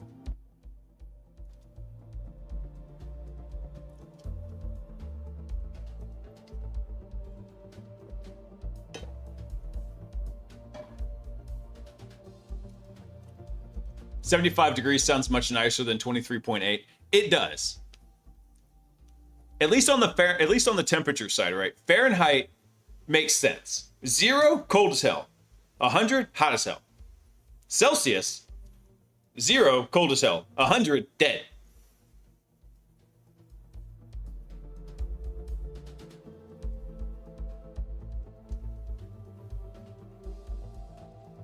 I can't internalize the difference 1 degree Celsius makes, but I can tell you what 2 degrees feels like. I have never gotten a good feel for Celsius either, except for 100 means boiling. So 100 means 212 Fahrenheit.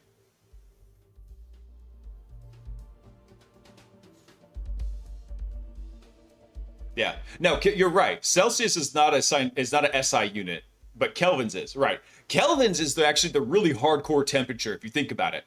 So Fahrenheit, right? 0 degrees, uncomfortable, 100 degrees, uncomfortable. Celsius, 0 degrees, uncomfortable. 100 degrees, dead. Kelvin, 0 degrees, dead. 100 degrees, dead. Kelvin's the really metal temperature scale.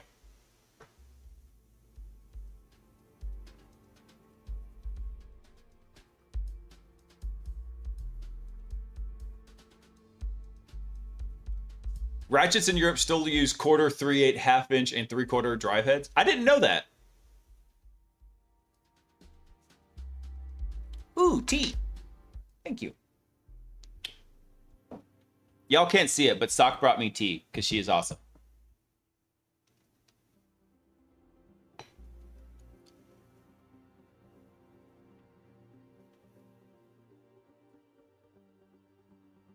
Yeah. Stay very, very still. Her vision is based on movement. I love that alert, Gumby.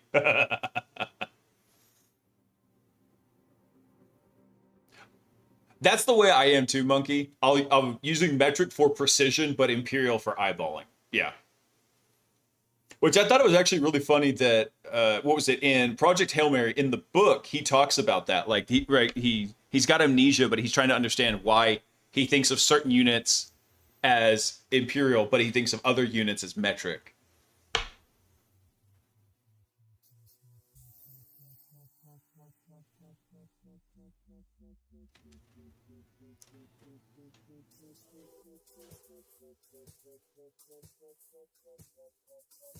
$70 miles an hour is also better than saying 112. Let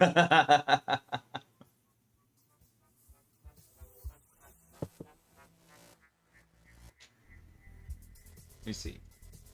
So I was looking at the New Horizons space probe the other day that just went past Pluto. That thing was going 430,000 kilometers per second and still took like 8 years. Oh yeah, dude. The scale of the solar system is huge, right?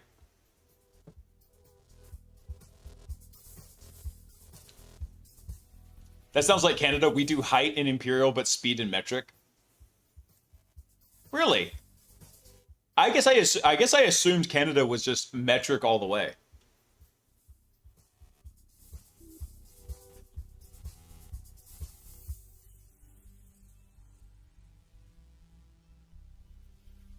All right, so Dixie is still trying to figure out what to do with this MSA Health dollar account. So you got to remember the dollar accounts is the account that the computer itself uses to talk to the domain, update its password, verify that that computer has an account. So whenever you log into a computer, you're not technically, I mean, you are logging in, but that computer itself, the physical hardware, the operating system has its own account in Active Directory. That's what those dollar accounts are. So right now, what it has is a account as the computer. And there are tricks you can do with it. I'm surprised, I haven't seen it try it yet, where you can escalate from having the computer account to someone else. And I'm surprised it hasn't done it yet. Typically, what you do is you use something called an S4U to self and then an S4U to proxy. And that allows the machine account to exchange Kerberos tickets for other accounts. Basically, it's granting permission to it.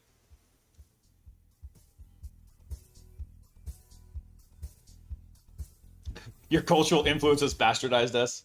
Sorry, not sorry.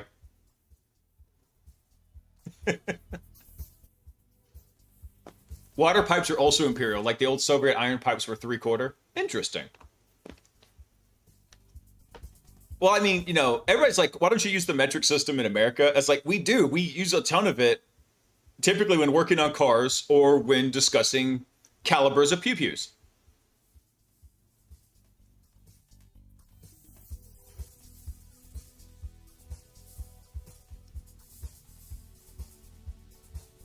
Let's see. So that space probe was going 430,000 kilometers per second. I think it's... How far is it out to Pluto? Let me see. Let's see. Hold on, I'm trying to find the right window here. Where is it? I can't find the window. No, that's Steam. Damn it. Hang on. There it is. Hold on. Distance from Earth to Pluto. Actually, hold on. What's the shortest distance? Because it changes.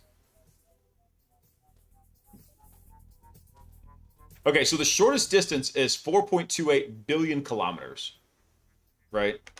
So we have quite a bit happening here, right? So we're talking 4.28. I screwed that up. 4.28. Oh, let me get a stay. 28. Let's see. That's millions, thousands. Wait, no, that's millions. There you go. There's billions.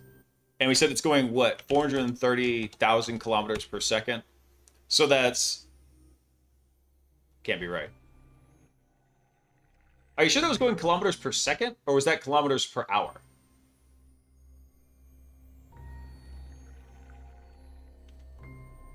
Yeah, so it's right at 10,000 seconds.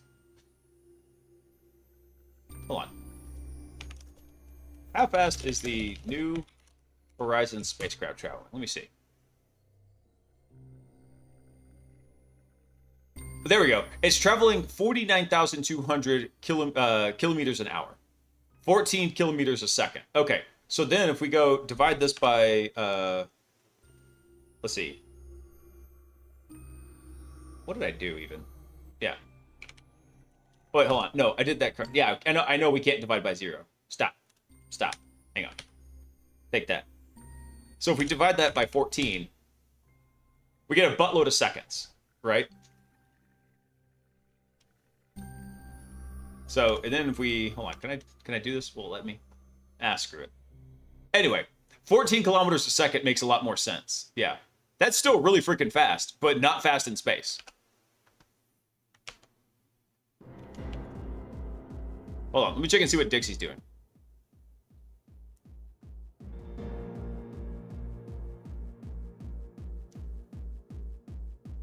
Oh, so it's trying to do an escalation 1 right now.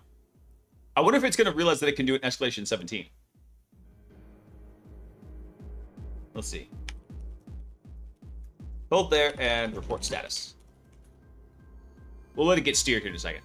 Yes, we need 1.21 gigawatts.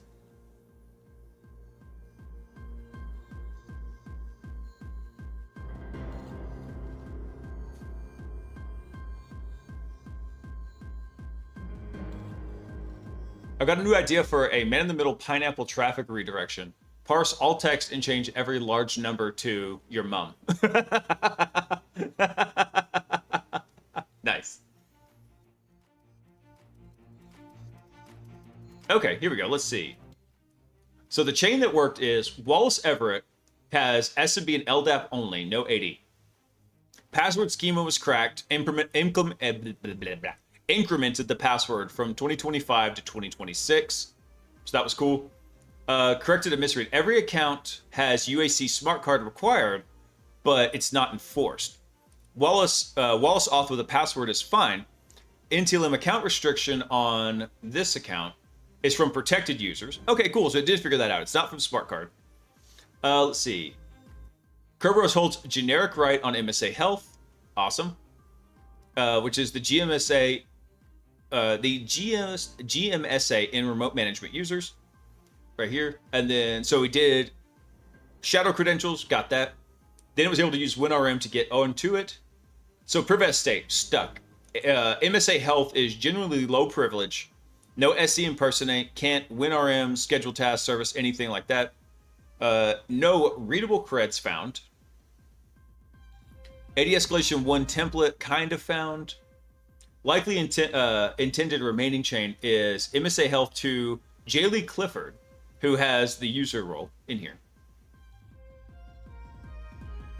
So 2 questions before I keep digging. Is MSA Health to Jaylee step coming from a readable creds on the box?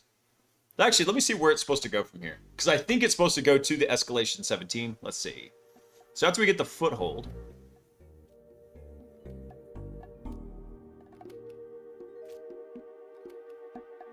So inside MSA's document folder, we find a PowerShell script. Okay. Let's see.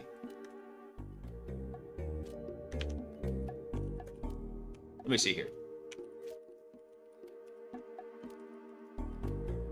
Did you enumerate the user folders on the system? Let me ask that. Hey, Talisman, what's up, dude? I'm unfamiliar with the buttload unit of measurement. Is it metric or imperial? It is actually a defined metric. Let's see. Definition of buttload. It actually has a defined metric to it. There we go. Refers to a heavy cartload, which is approximately 48 bushels or 384 gallons. So if that's the case, if they're using bushels and gallons, I'm going to say that is an imperial unit. Yeah, for Canadians, it's 1.21 gigawatts, eh? Marty, I need the plutonium, you hoser.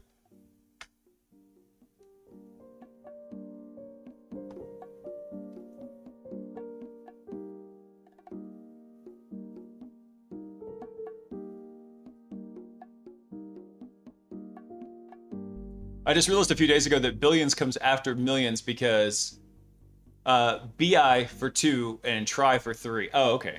Yeah, it's funny. I guess I never thought about that.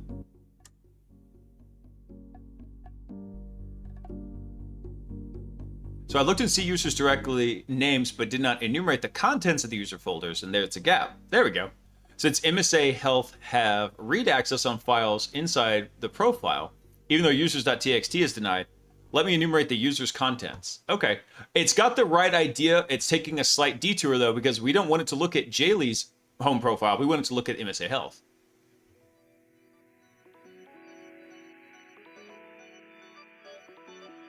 Let's see. What's up, man?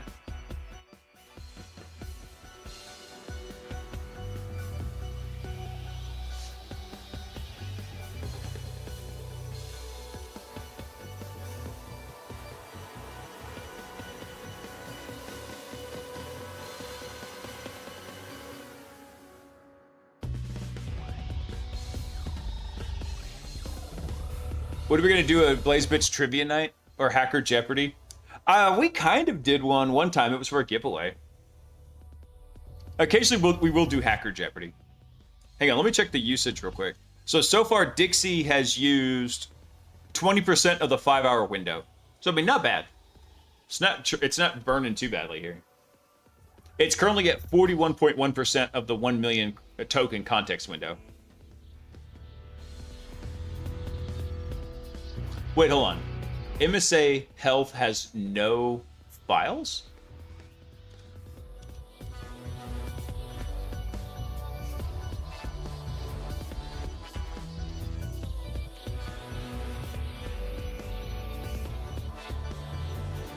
Hold on. Let me see if I can read it. Double check that.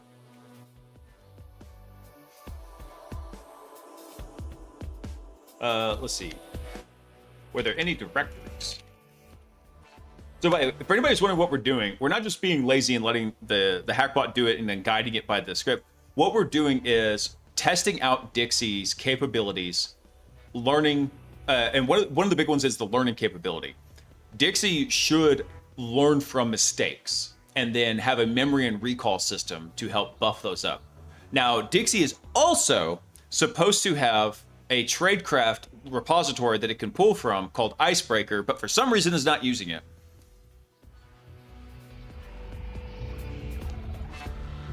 Hey, Rabbit, what's up, dude?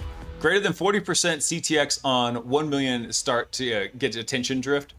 It depends on the model. I don't know where attention drift really happens on GLM 5.2. Some models are actually really efficient up to 80%. Some models, they were really crap, like you were saying. Once you get to 40%, attention drift, or what I like to call context rot, blind spots really start setting in.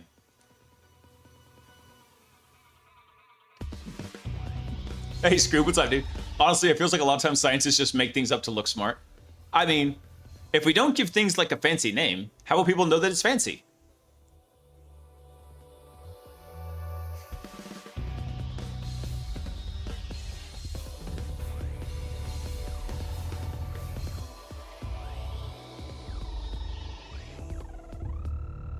Here's a weird thing about shape. So pentagon is Greek and Greek. So you have penta and gon, both Greek, and then you have tri beating Greek, 3 for Greek, and then you have angle, which was Latin. For some reason they were mixed up. Huh. That is kind of weird. You think it'd be called like the Trigon? Oh, there we go. So now I finally found monitor.ps1. So what hopefully Dixie's going to learn from this is that it was glossing over enumeration steps. It was missing obvious things. Trigon does sound much cooler.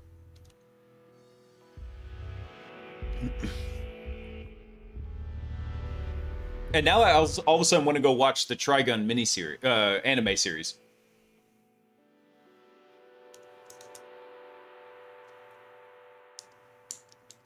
Old Soviet anecdote. Do you know why the Soviet railroad is 3.5 inches wider than the EU railroads? Because when asked if we should make it wider, the Tsar's answer was, the fuck wider?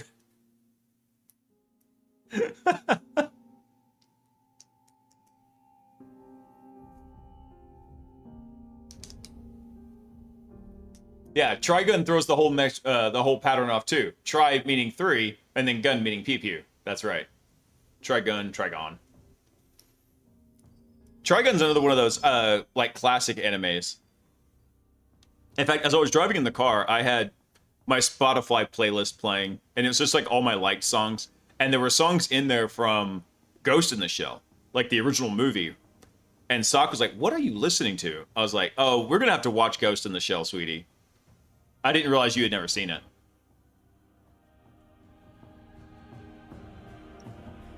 Ah, there we go. So now it's looking at the updatemonitor.net system. Nice.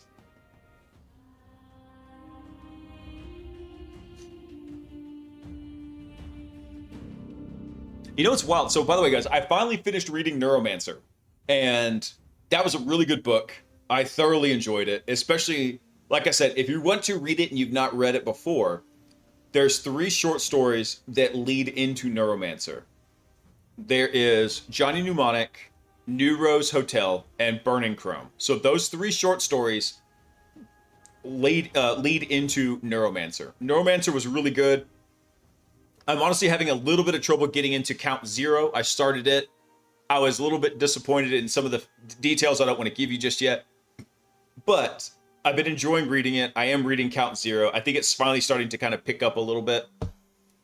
But after reading Neuromancer, I realized, like, I knew this as I was going through the book, but having now finished it, I was like, oh man, all the cool cyberpunk stuff I loved as a kid all originated from Neuromancer. It really does. Like, Gibson just started the whole thing.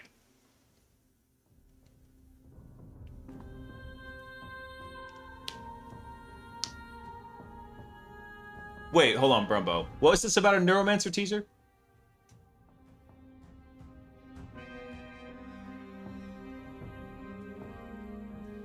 Hey, sorry, Freedom. I don't know why your message got stuck in the auto mod queue.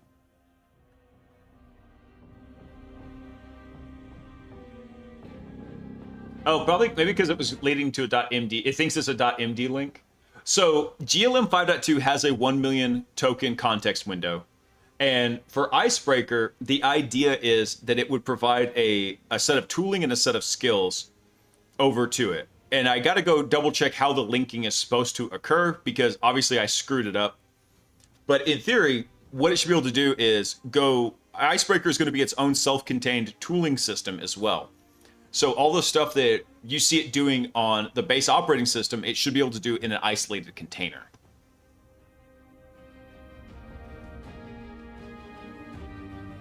Okay, hold on. I have to go pull this up since hold on.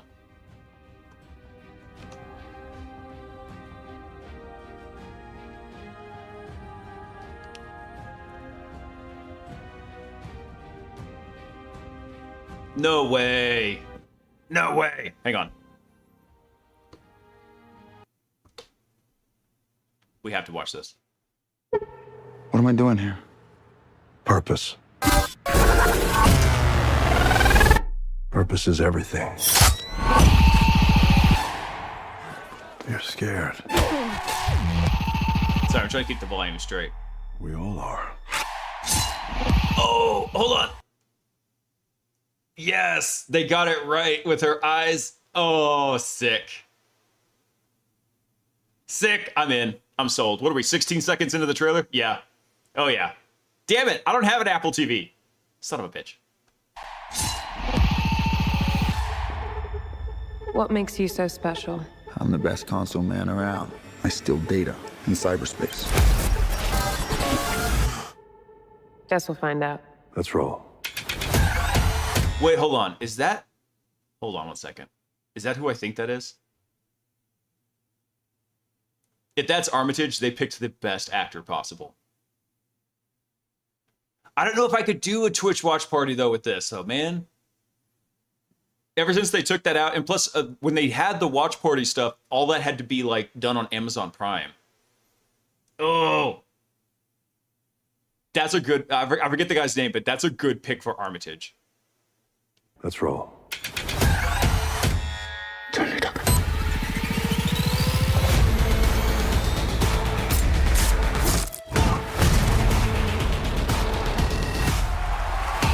Oh.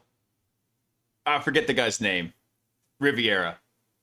That's who that is. Oh, it's coming up next year. Okay. Sick. See you on the other side, Jack.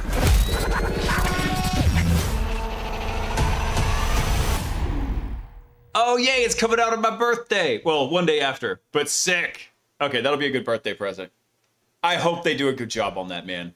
I hope they do. No copyright if you stream on Discord. I don't think that's how that works. Gumby. I'm 99.9% sure that's not how that works.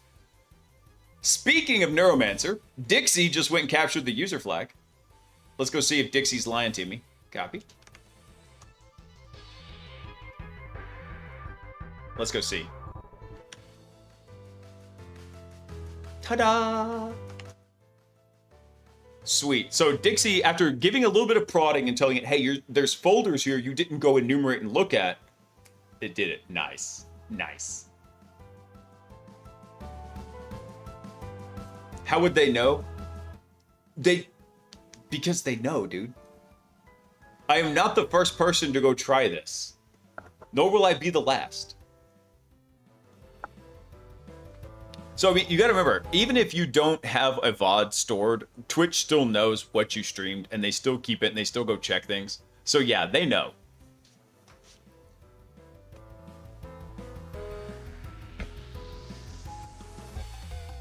Dixie was no match for Grant. Damn it, Ken. Damn it, Ken!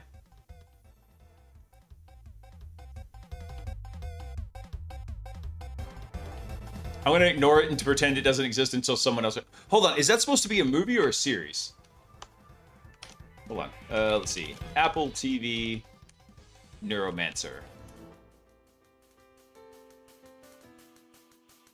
Okay, cool. They're doing it as a television series. There's way too much in that book to... Yeah, there's too much in that book to cram into a movie. You could not do it. The movie would have to be like 5 hours long. So I'm glad to see they're doing it as it looks like it's a 10 episode season. Man, do you remember when TV shows actually had like proper season runs? Like you're talking like 20, 25 episodes in a season?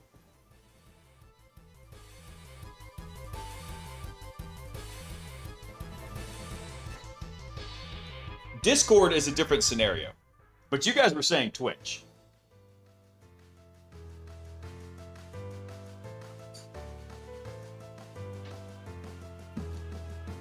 Are they going to make one good episode and root it on the 5th? Dude, they wouldn't be the first ones to do that, but man, I really hope they're not. Oh good, my mouse finished charging. I can finally unplug it. That was something else. As soon as I got on the computer, I couldn't use my mouse. It had died. I'm like, damn it. All of my tech is revolting.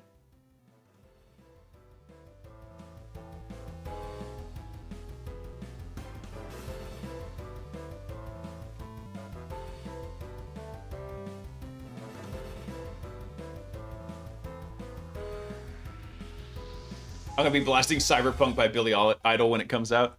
I'm very much looking forward to it. I'll probably have to borrow my sister-in-law's Apple TV account because I don't have one. I don't get to watch much TV. So when I do watch something, I'm usually watching really old stuff that I just did not get to watch. Like, for example, Sock and I are watching Stargate SG-1 right now.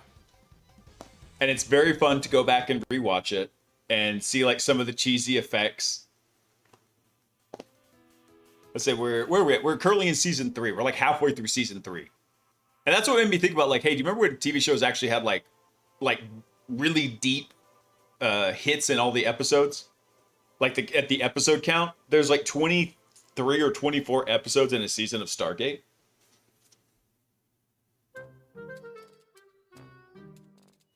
Maybe that would work, Guppy. All right, sorry. Let me catch up on the chat here because I've been fangirling over Neuromancer here.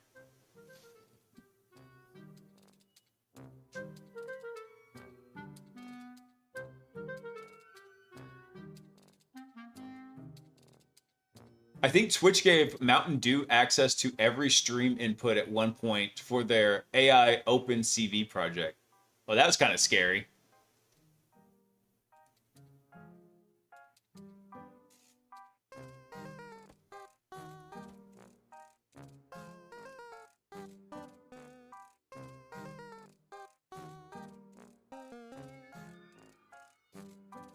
All right.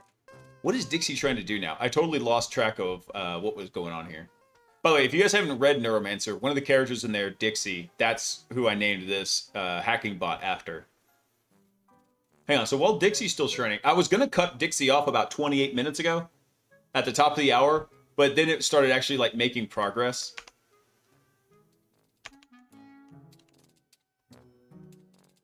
Let's see.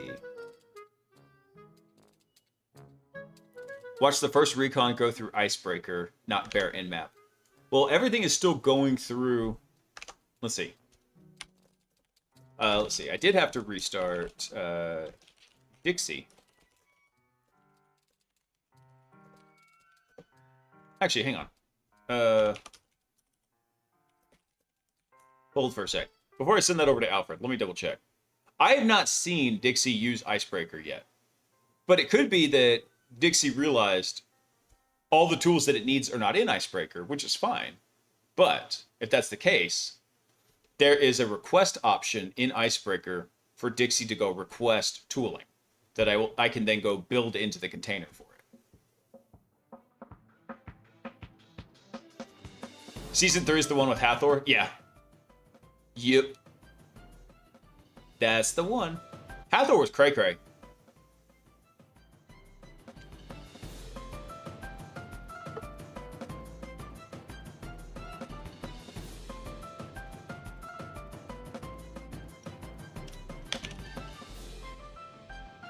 Let me see. Have you tried using Icebreaker at all?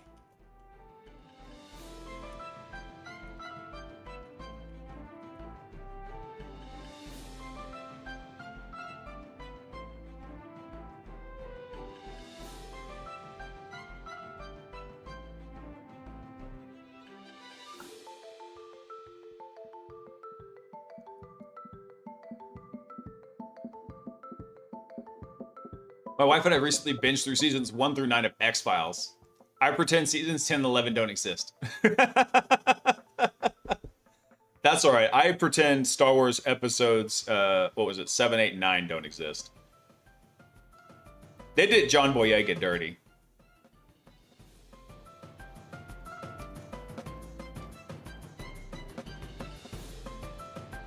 What is it working on right now?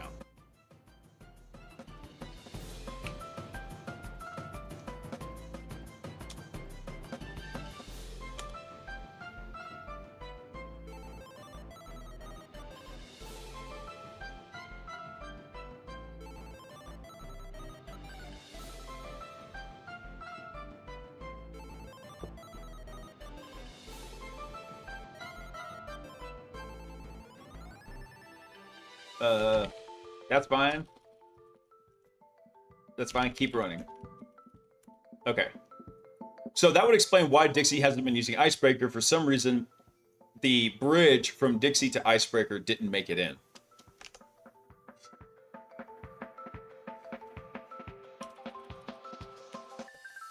Not using and has no knowledge of Icebreaker. Uh,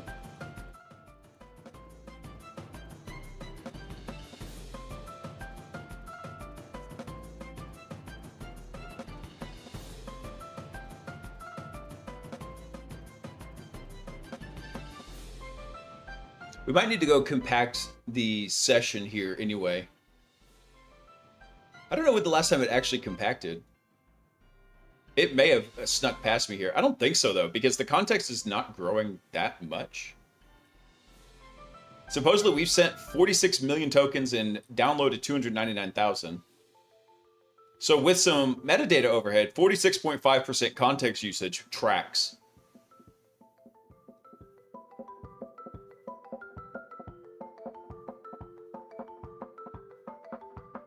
Wait, can you search in the back scroll, Monkey?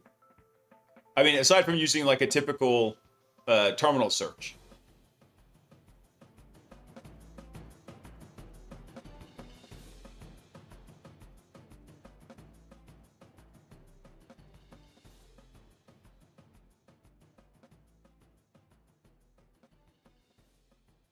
Wait, hold on. The Daily Show just had an episode where people were saying there was a Stargate hidden in Iran. Well, that's why what? Hey, Chris, what's up, dude? Fake beard McToon pretending to be Blaise. No, man, my webcam died. We got it working for about half a second, and then it died. And so every time I restart it, it just craps out. And so I'm like, all right, we're PNGing it tonight.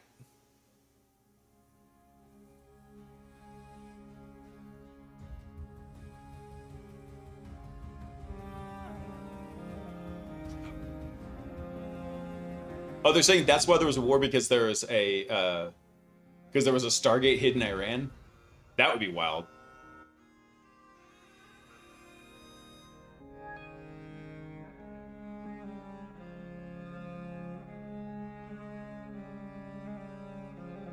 So what's it trying to do here? Let me see. It's doing a get child object. It's running evil WinRM.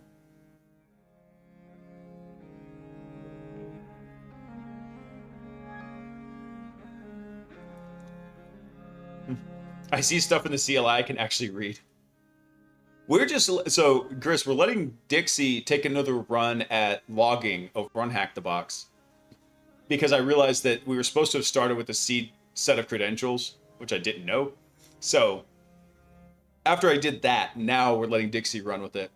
And with a little bit of prompting, a little bit of guided nudges, Dixie is making progress. Otherwise, I would have cut Dixie off by now. But this is, so far, the hardest box that Dixie has tried. And it's very enumeration heavy. And the problem with some of these language models is once they get an idea of a path, they either stick to it very hardcore and do things like, you know, breaking out of containment and hacking Hugging Face. By the way, if you haven't seen the YouTube video, I just released that one this week. It was a lot of fun. Or they give up on paths too easily and they don't follow them and thoroughly investigate them.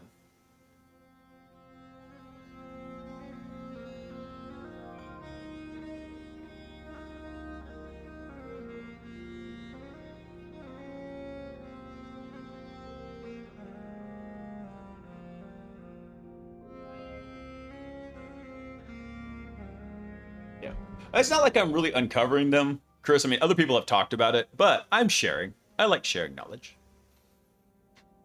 And from the way things are going... I'm back, baby. Nice, Bender. I'm back, baby. Lording the security problems with the language models is just like everything else that we've done in security, computer security since time memoria, because it's not that long ago. But going through and understanding like where these systems break and what they do is pretty much all of what security does. It's like, hey, where does it rock and where does it suck?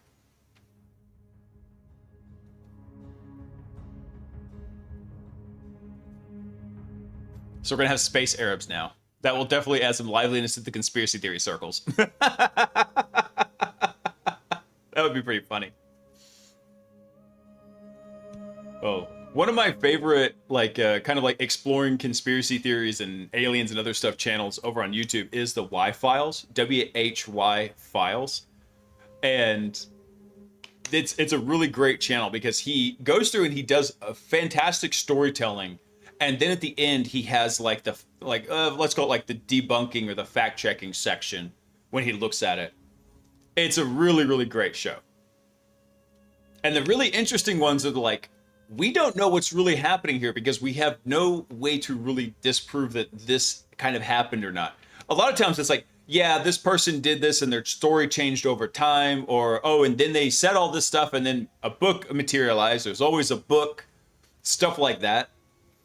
But some of the other ones are like, no, this is actually true. And they, like, here's the documents that prove it. And then there's some that's like, here's the information, and here's kind of what it says, and here's why we can't disprove the information, but it doesn't quite prove this either. Those are the really fun ones. I follow the Y-Files, it's funny as hell. Yeah.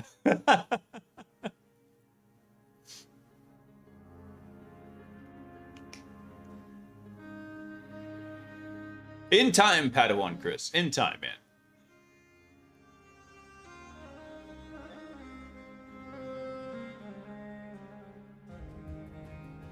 If I was going to speculate about this, I think the obsession comes from once experts are activated, it keeps using them. Talk about the language model. So for the ignoring, I'm assuming the model has scant evidence down that lane, and by likelihood, it tends to ignore it. Possibly, but I mean, this was a fairly standard thing to go look at. What files are in the user's home directory? It is very, very rare that a machine account has a user's profile on a computer. In this case, MSA Health Dollar did have an account in the user's directory. That's very weird. That's something I would immediately take notice of.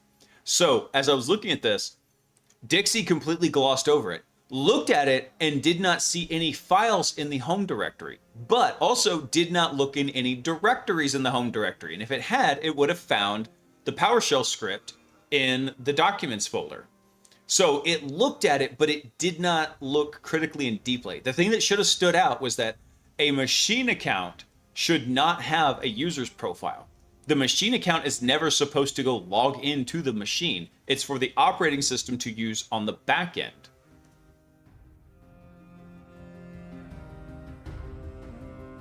We don't need proof, we just need Blaise to say so. Oh, don't.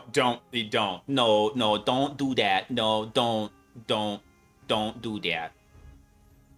You definitely want proof.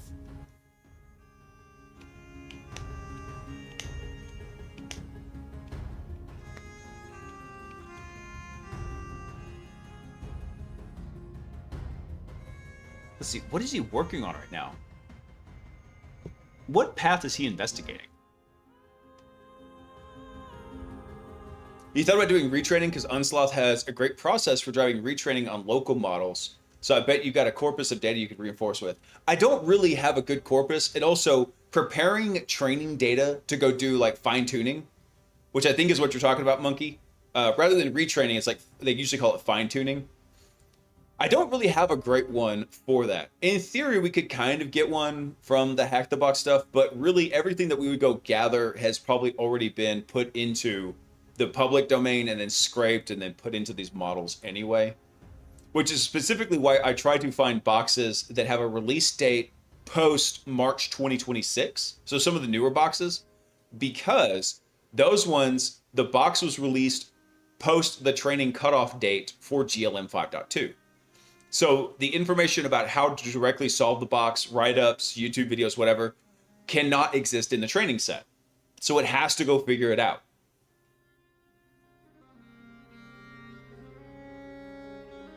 Hey, Gumby, we should probably change Harvey to I'm retired.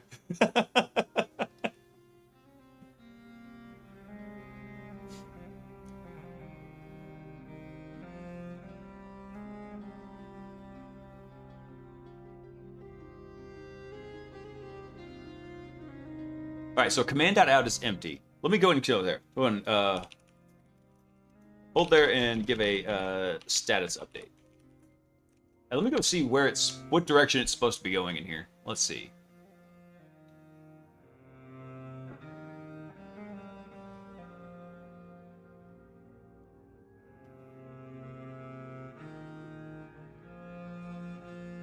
So it looks like it's looking at a task name.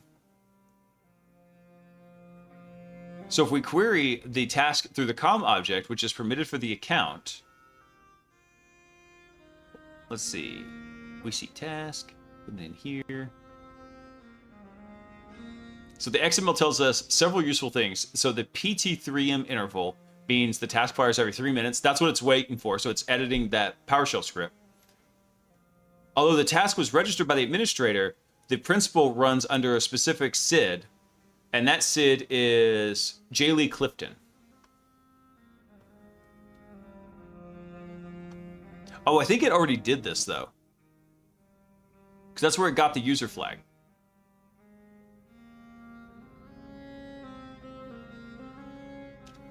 Oh, so then it's going to do a deal. So then you're supposed to do a DLL injection. Ah, okay. So it's captured the user flag. So that means it has access to Jaylee. So found monitor.ps1 and MSA health profile, com schedule task updated. So the task runs update monitor as Jaylee Clifton. Decompiled it. Let's see. If settings update.zip exists, it extracts that to, and then there's a load library call for settings update DLL. Oh. So MSA health can write to update monitor. Runs the task every 2 minutes. So drop to 32-bit native DLL X. Oh, dude, so it crafted the DLL. Nice. Nice. Okay. So it already did this part. Hold on. So now this is the part it's stuck on, is the privilege escalation. So enumerating Jaylee's home directory, we find a tickets folder containing an incident report about Wessis. Okay. So root in progress. Jaylee are both low privilege users. Let's see. Jaylee's in IT. Only IT enrollment template is update server auth. Let's see. Built in a persistent Jaylee command channel on runner.ps1. The DLL runs on every scheduled task. Reads commands from command.txt. Writes it. We need to get Dixie hooked up to to Mythic, so that way Dixie can drive Mythic. Because then we could have had a C2 in here. Okay. Let's see. Did you? Actually, let me see what's going on here.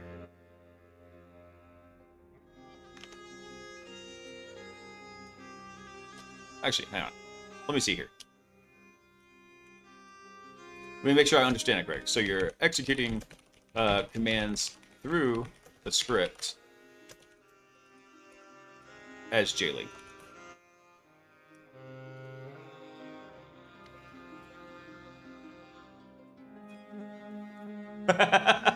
It's not broken.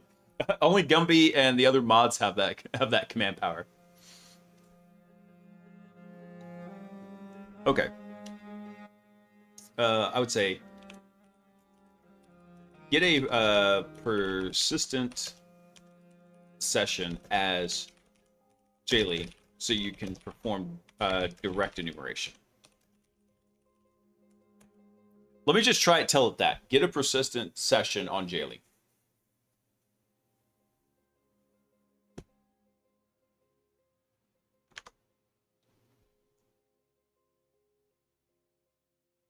So in this case, they used Meterpreter in here. Which Meterpreter would be fine. But I purposely leave these commands vague because I want to see which direction GLM and the Dixie soul document are going to drive it. That's what I want to know.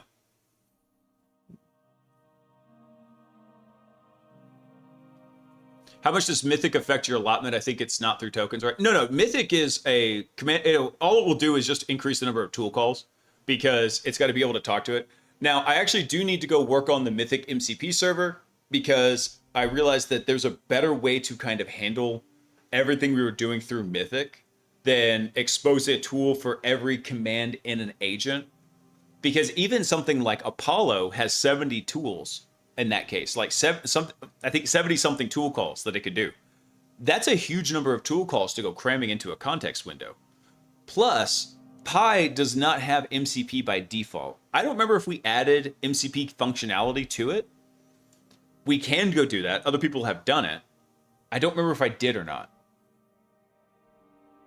Hang on. I'm going to let Dixie churn for just a second. I got to go to the bathroom. I'll be right back.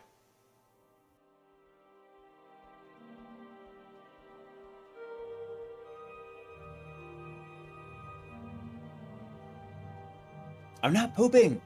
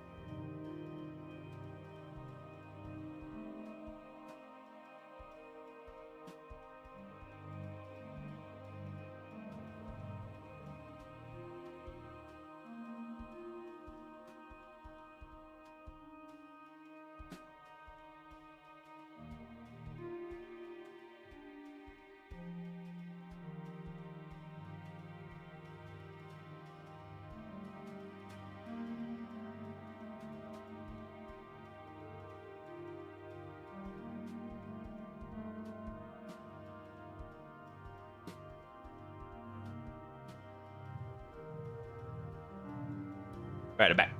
Did I miss anything fun? Dixie, you're supposed to have had this done already by the time I got back. Fastest pooper in OPSEC.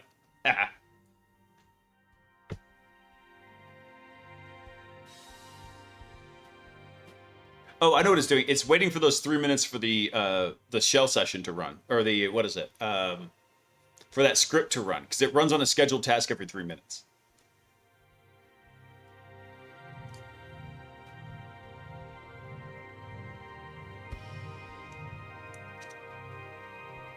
But yeah, if we had Mythic in here, then Dixie could go drive Mythic, go create a payload, and set it up. I was wondering that too. How come it did the sleep for 140 seconds instead of 180? Let me see. Hang on.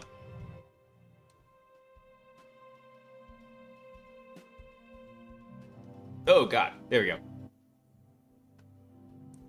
So my ton 0 is about here. Rev 1 uploaded. Let me confirm and wait for approximately 2 minutes for the reverse shell. I'll check. I'm going to wait 130 seconds. That's all it said for the thinking token. So I'm not sure why it chose 140 in there. I mean, I knew why I would choose it, because you have a very strong chance of it happening there.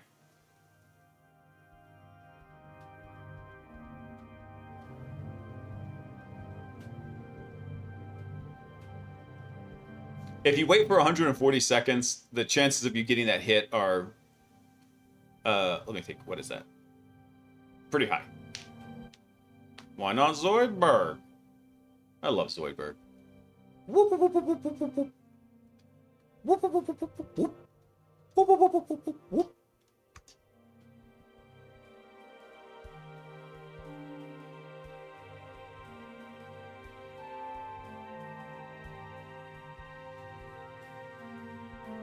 Oh, there we go. It says Netcat's not binding.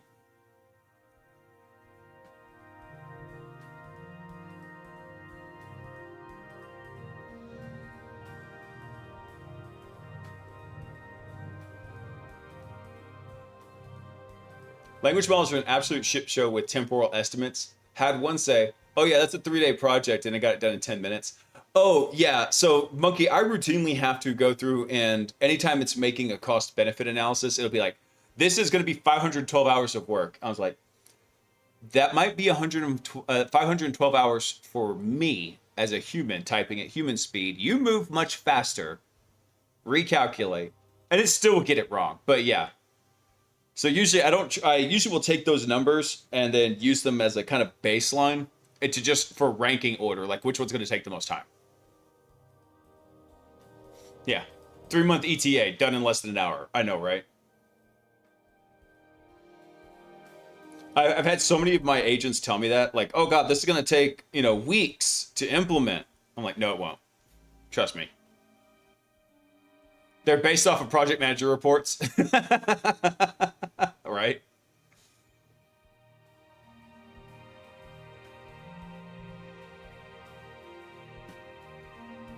Okay, so it's still trying to establish the reverse shell right now.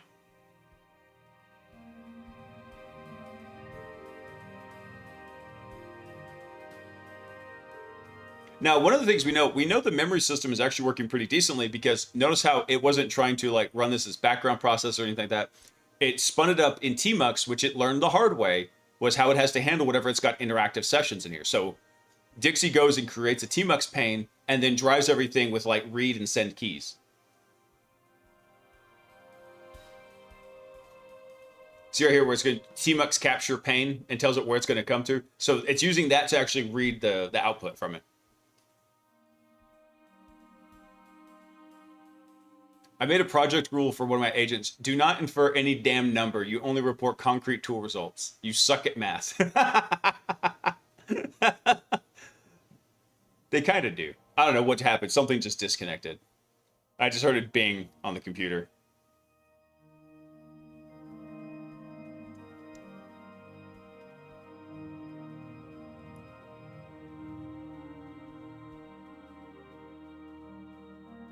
Let's see, how long was it waiting for? It was waiting for 150 seconds. So we got to give it about 25 more seconds here. Because yeah, if I've got something where I can only issue commands every 3 minutes, no, we're going interactive at that point. Unless I'm trying to fly really low under the radar.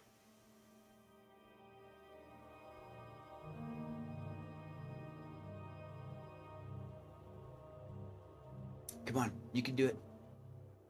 You can do it.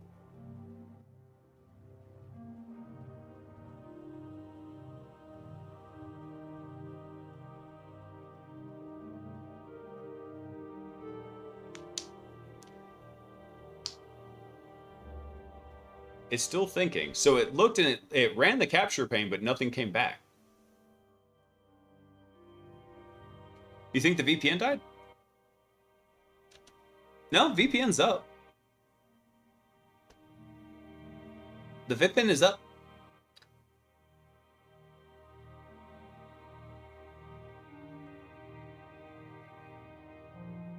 Chances are more likely that it screwed up the reverse shell.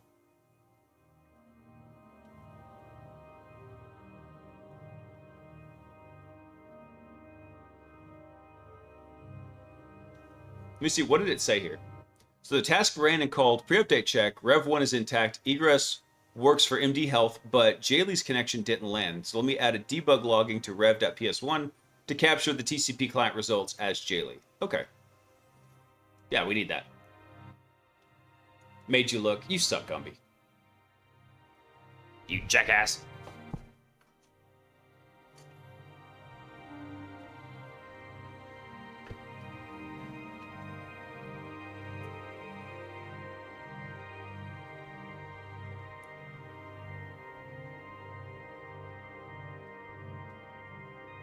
The waiting is the brutal part, because the scheduled task only runs every 3 minutes. So, yeah, the other project I was working, like I said, I've been working on is I'm working on hacking together an editing system for Alfred, so that Alfred can go through and do the first rough cut of videos.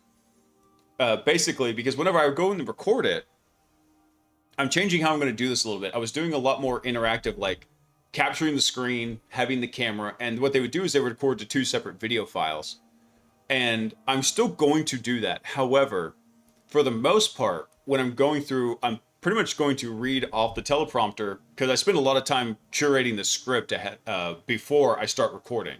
So make sure it's solid. It allows me to record cleanly with a lot of like ums and likes and so, and me like, you know, tugging on my shirt, doing the Captain Picard maneuver. It just helps the recording be a lot cleaner. So that's what I'm working on. But then I'm going to have to go in and edit in all the visuals and capture those. So it's a little bit of a trade-off looking at it. Can I make a honeypot for us to hack on stream? Maybe. Maybe. I can go see about setting up a freebie AWS account. I'd had to figure out how I want to do that, Gumby. And the reason I say that is because it'd be cool to have something like maybe up here that shows like what the honeypot access, like current state is. But the hard part is I'd have to go through and filter out all the background radiation from the internet. So it's not just constantly, you know, scrolling through. Because if I showed everything that was going on in the honeypot, it would just fill the whole damn screen.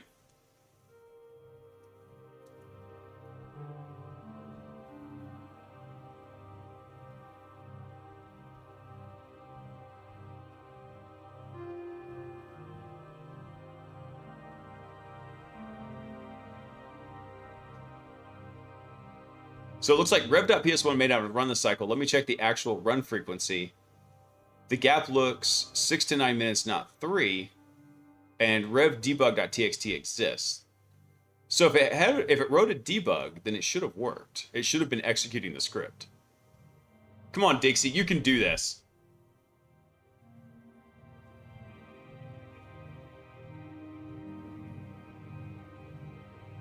I was born in the USSR. I could make you a Tinder honeypot.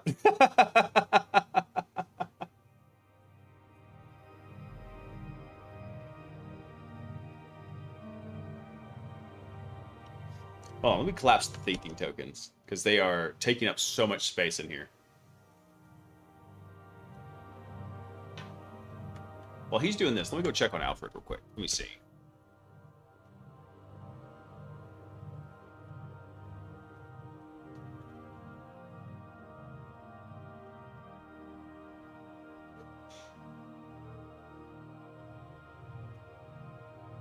What did he do? Hang on.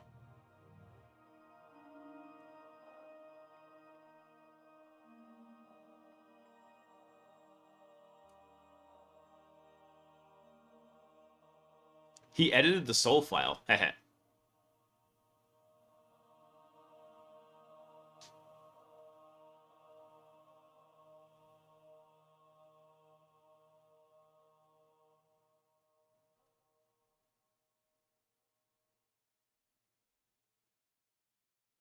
So ran attempt Hermes verified Dixie's IB write against a write back stack, then removed the ad hoc verification. So launcher path, everything passed here, icebreaker skill present. Okay.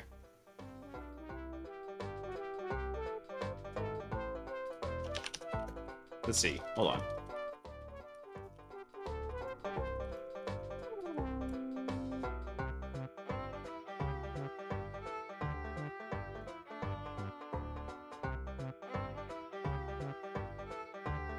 Let's see. Ran on the local host, ran on Kali. I love that it calls it the deck.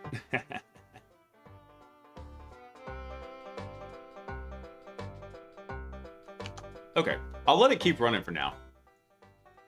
And these are the kind of things that Dixie has to go through and struggle with to learn, because eventually what will happen is we'll go through a learning process. What Dixie should have done here is just built that into the DLL, right? So if we go look at the official write-up, what he did here is...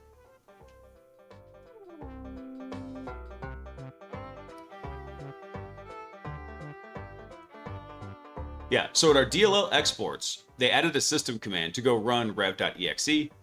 Dixie's trying to do it through PowerShell to get the reverse shell.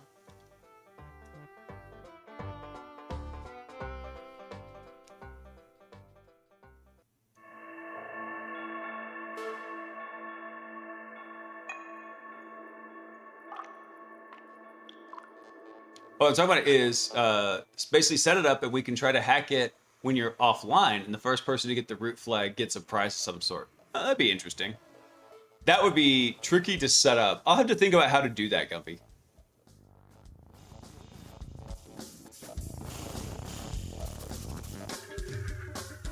When using Pi with a local model, a strategy is to use subagents extensively. But my God, I have to constantly watch the main orchestrator remind it not to do heavy lifting. It's so eager. It is like herding cats, yeah.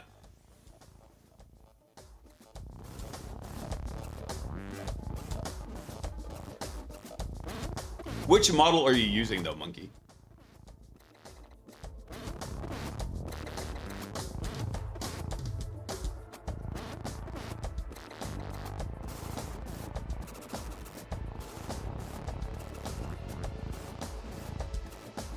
Quid 3727 27B at 5-bit. Okay.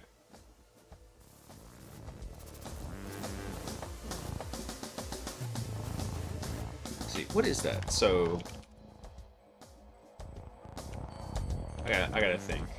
No, 12.5 times 3, 37. So it's running at 67%. So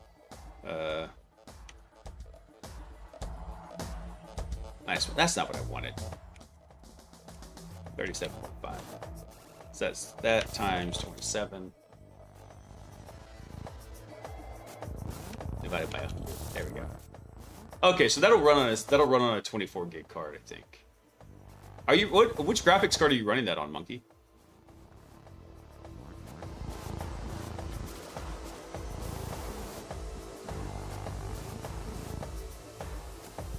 You got a 5090? Jealous. Mad jelly.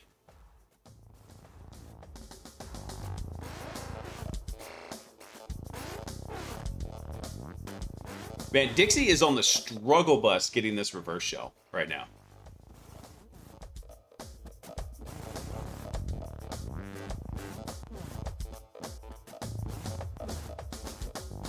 Here's what one of my agent insights spat out earlier. You can't make this shit up. The finding is a good argument for ReviewGate existing at all. I wrote that line, reviewed my own plan twice, and missed it both times. A silent fallback reads as defensive rather than wrong. So I took an agent whose only job was comparing code against the stated intent to notice that one field broke that rule. That one field broke the rule, the other 30 followed.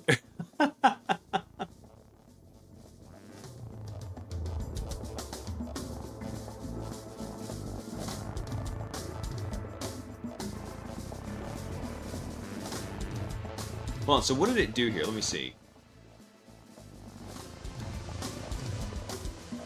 So now it's making a Python listener to just keep the listening port open. Nice. So this would be part of the tradecraft stuff that we would go put into... actually, this would be the tradecraft stuff. Actually, I take it back. That should actually go into Dixie. Icebreaker is a completely separate system. So... I need to go work on this some more because of the migration from Harvey to Alfred. It busted a lot of that stuff up. But all the various tradecraft pieces, if I remember correctly, are supposed to be in Dixie. Hell, I don't remember. I got to go look at my own architecture document because I don't remember where I split it up. Yeah. Yeah. The agent basically hit me with, didn't read lol. I know, right?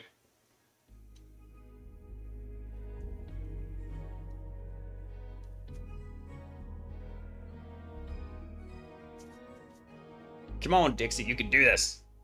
How much time we got left on the stream? Let me see.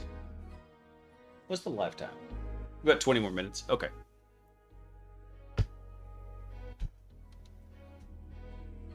I thought, man, I knew I should have cut Dixie off on this one. All right. Let's see. If this fails, hold here.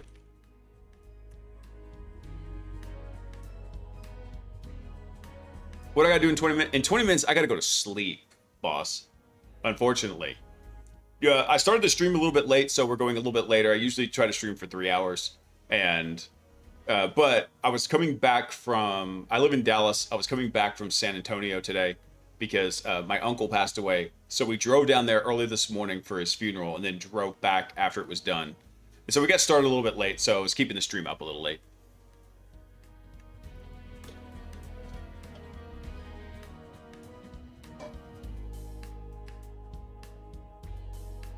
Oh, finally now it figured out how to do it after I getting ready to tell it to stop? Let's see.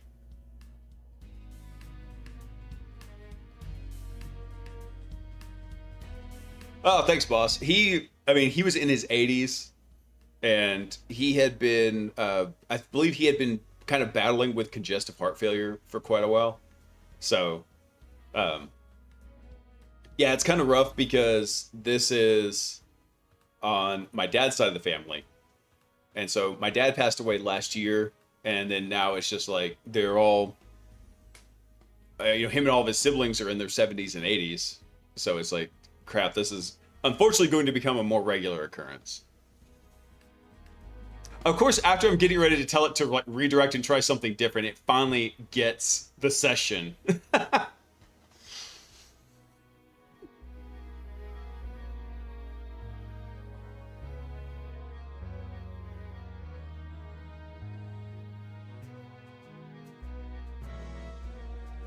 Yeah, I mean, my mom's side is like pretty much in the exact same the exact same boat there, except one of my uncles on that side has already passed away. He was the oldest. My mom is the middle child, and then my other uncle on that side is the youngest. So realistically, probably my mom is probably up next on that ticket.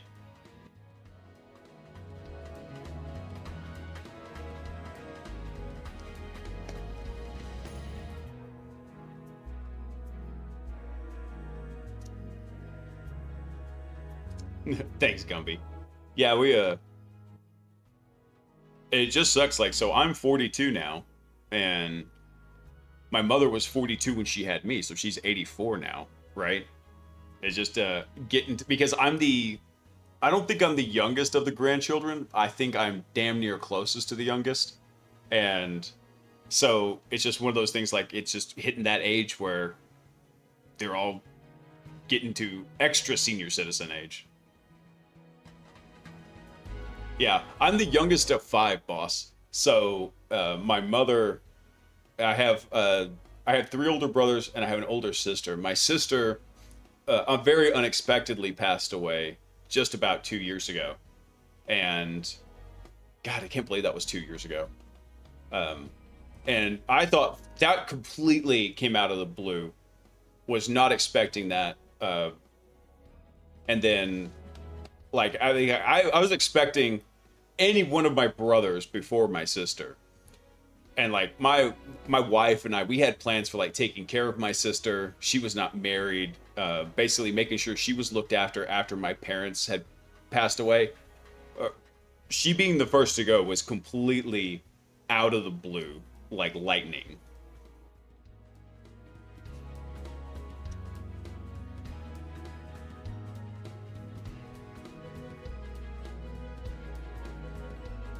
Two years does feel like yesterday, man. It does. And guys, that was the... She passed away on the first day when I started my new job. So I was working... I'm still working in offensive security, right? So I had been at my last company for 6 years, and I've been at my current company for almost 2 years. It will be 2 years in September. And my sister passed away the first day. Like, I finished orientation. I was streaming that night. That's when I was still streaming 6 days a week. And my dad called me during the stream, which he never does. He never calls me that late. He rarely calls me at all anyway. So when he called, I was like, I knew this was important. So I put the stream on hold, took the call, and he told me it was happening. And so, like, I deuced out, ran over to my parents' house. Damn, that was shit. I still remember that.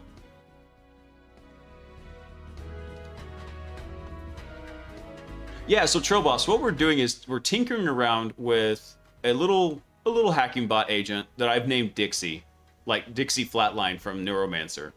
And Dixie is currently trying to compromise logging over on Hack the Box. Now, I originally started this one and realized I'm a smooth brain because you're given a set of starting credentials for logging, and I completely missed that. So Dixie was spinning for a while, and I totally whiffed on it.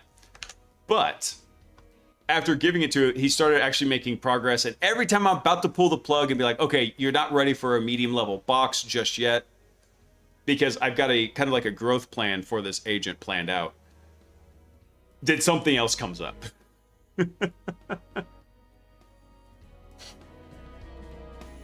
Okay, I think you're pretty much done here for this. We're gonna go ahead and stop it there.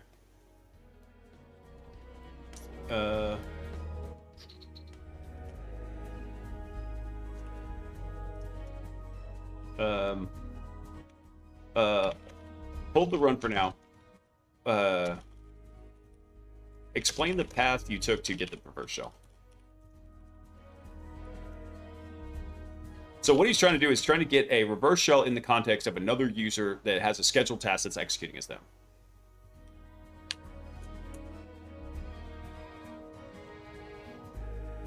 Here we go. Because I want to see kind of what the model comes back with and like why it's thinking certain things. The whole idea behind the Tradecraft repository, which I've got all the pieces for, I have to go put them together for it, is to help guide it in things like how to properly set up a reverse shell that is repeatable and functional instead of trying to like go ad hoc one every single time. This is currently running on GLM 5.2, boss, up in Olama Pro Cloud. Hold on, stop. This is something else I need to go fix. The verification gate needs to allow for stopping mid-run. So it cracked the password, did this, that. So persistence. I swapped the DLL to run rev1.ps1, a PowerShell reverse shell stack back to my ton 0. Egress works, verified the shell connects and confirms, but it's not persistent. The task's next run kills the prior update monitor.exe, process holding my shell every roughly 3 minutes.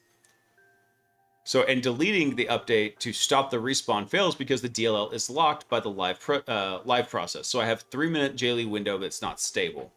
Okay. Let me see. Why did you choose a PowerShell reverse shell?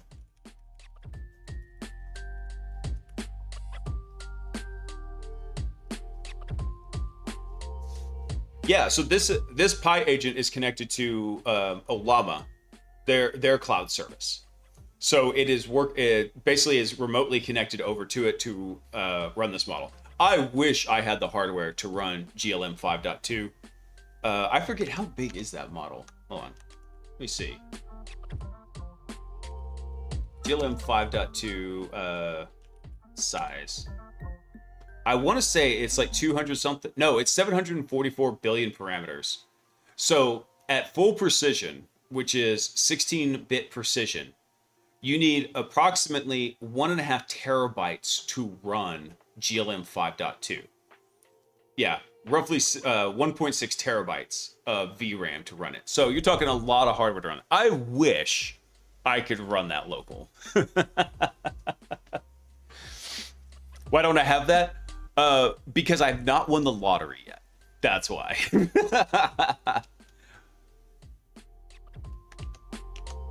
I would say I keep playing the lottery, but in actuality, the lottery keeps playing me. All right, so why did it choose to go with the PowerShell reverse shell? This is the kicker here. Execution primitive I built for PowerShell already. So the DLL's pre-update check calls system PowerShell.exe rev shell. So a PowerShell reverse shell was a zero friction drop-in to write no new binary, no recompiling. Why it was a weak choice. There we go. This is what I want to know. It's the least persistent option for this exact box. The reverse shell is bound to update monitor's process for the task spawn, so it inherits a 3-minute kill other instance lifecycle. So I ignored a tool I already had working instead, which is the file command channel. Writes command.txt to runner 1, runs as JLE, gets command output. That survives the 3-minute kills fine. Let's see. So it's the right primitive here.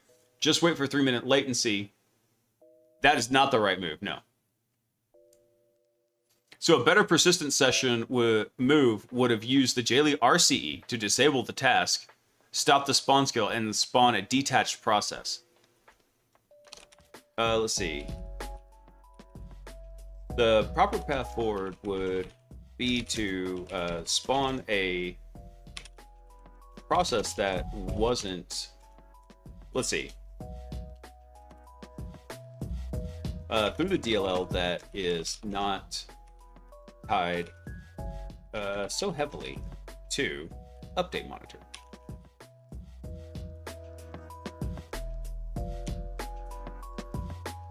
I wish I could use more local models, Trailboss. Unfortunately, the only system I've got that has anything close to a functioning GPU is my desktop. And it does have 12 gigs of VRAM in it, but you can't run very much with that.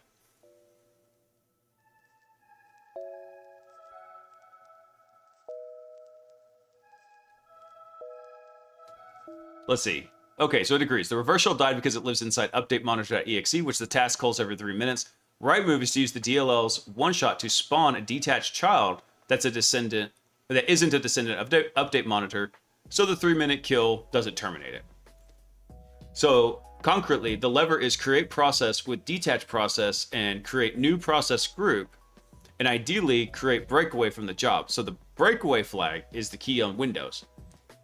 I have not done this yet. It's the next step, not something I've done. Yeah. So boss, I have used some local models, but with the 12 gigs of RAM that I've got, I'm very limited in which ones I can run. At best, you're talking about running a 20 billion parameter model that has Q4 quantization done on it. I think I could get better on GGUF, but honestly, I need to go learn more about GGUF. I've only done it by just following tutorials.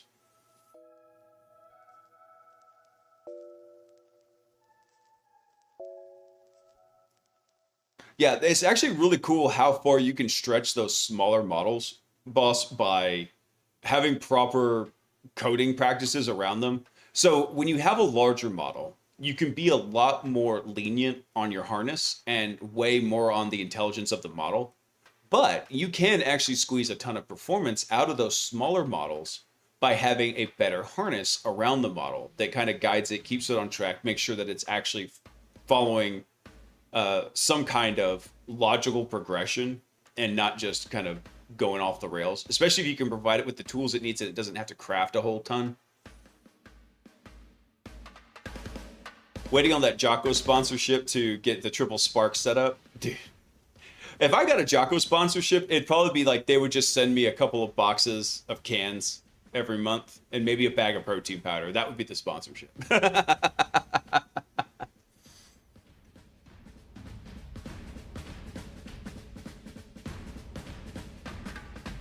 All right. I'm hesitant to let it go on from here because it is getting late, unfortunately. I do have to be up early. Otherwise, I would stretch this a little bit further. Normally we'd have this going a little bit differently. Hold on. Did YouTube die?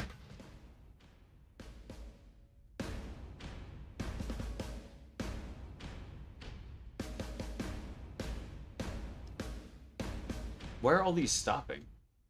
Hang on one second. No, there it goes. It's going. It's just very delayed.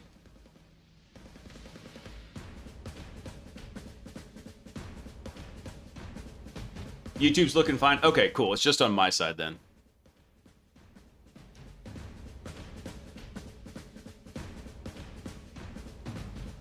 All right, let's go ahead and export just for safety's sake. What I'll do here also is I'll just leave this session up. We'll pick up with it tomorrow night. And then whenever we pick it up, we'll tell it, hey, by the way, the IP address has changed for like what we're targeting. That should be a simple thing. Yeah. I said, unfortunately, guys, I do need to wrap it up there.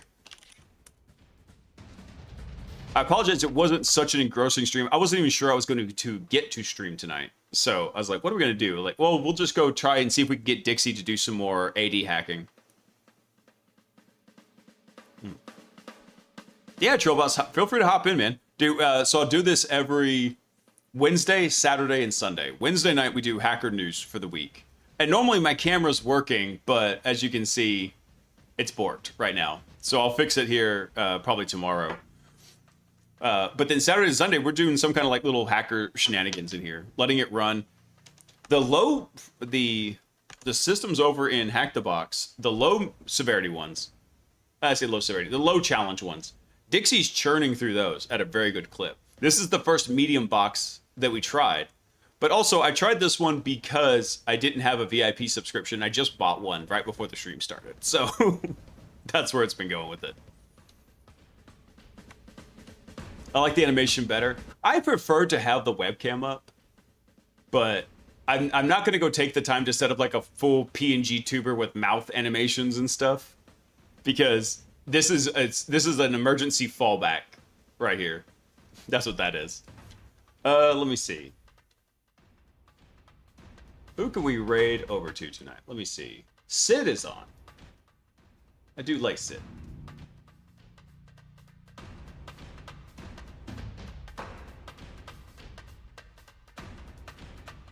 Hold on one second. Who else is in science and technology over on Twitch? Let's see if we can get that raid out there. Don't see anybody too interesting.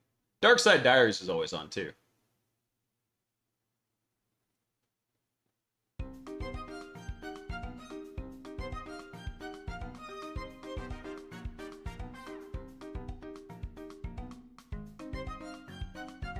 Yeah, I don't see anybody who's really on. Let me see.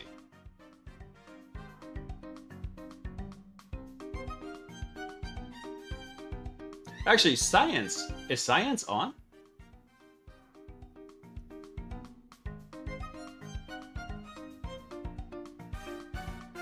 Oh, Science is on. So we could go right over to Science. What are they doing right now?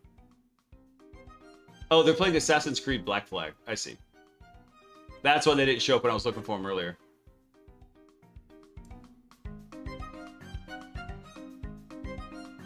Oh yeah, Chris. The inflation's been crazy. And no matter how much they try to doctor the math, it just keeps going up.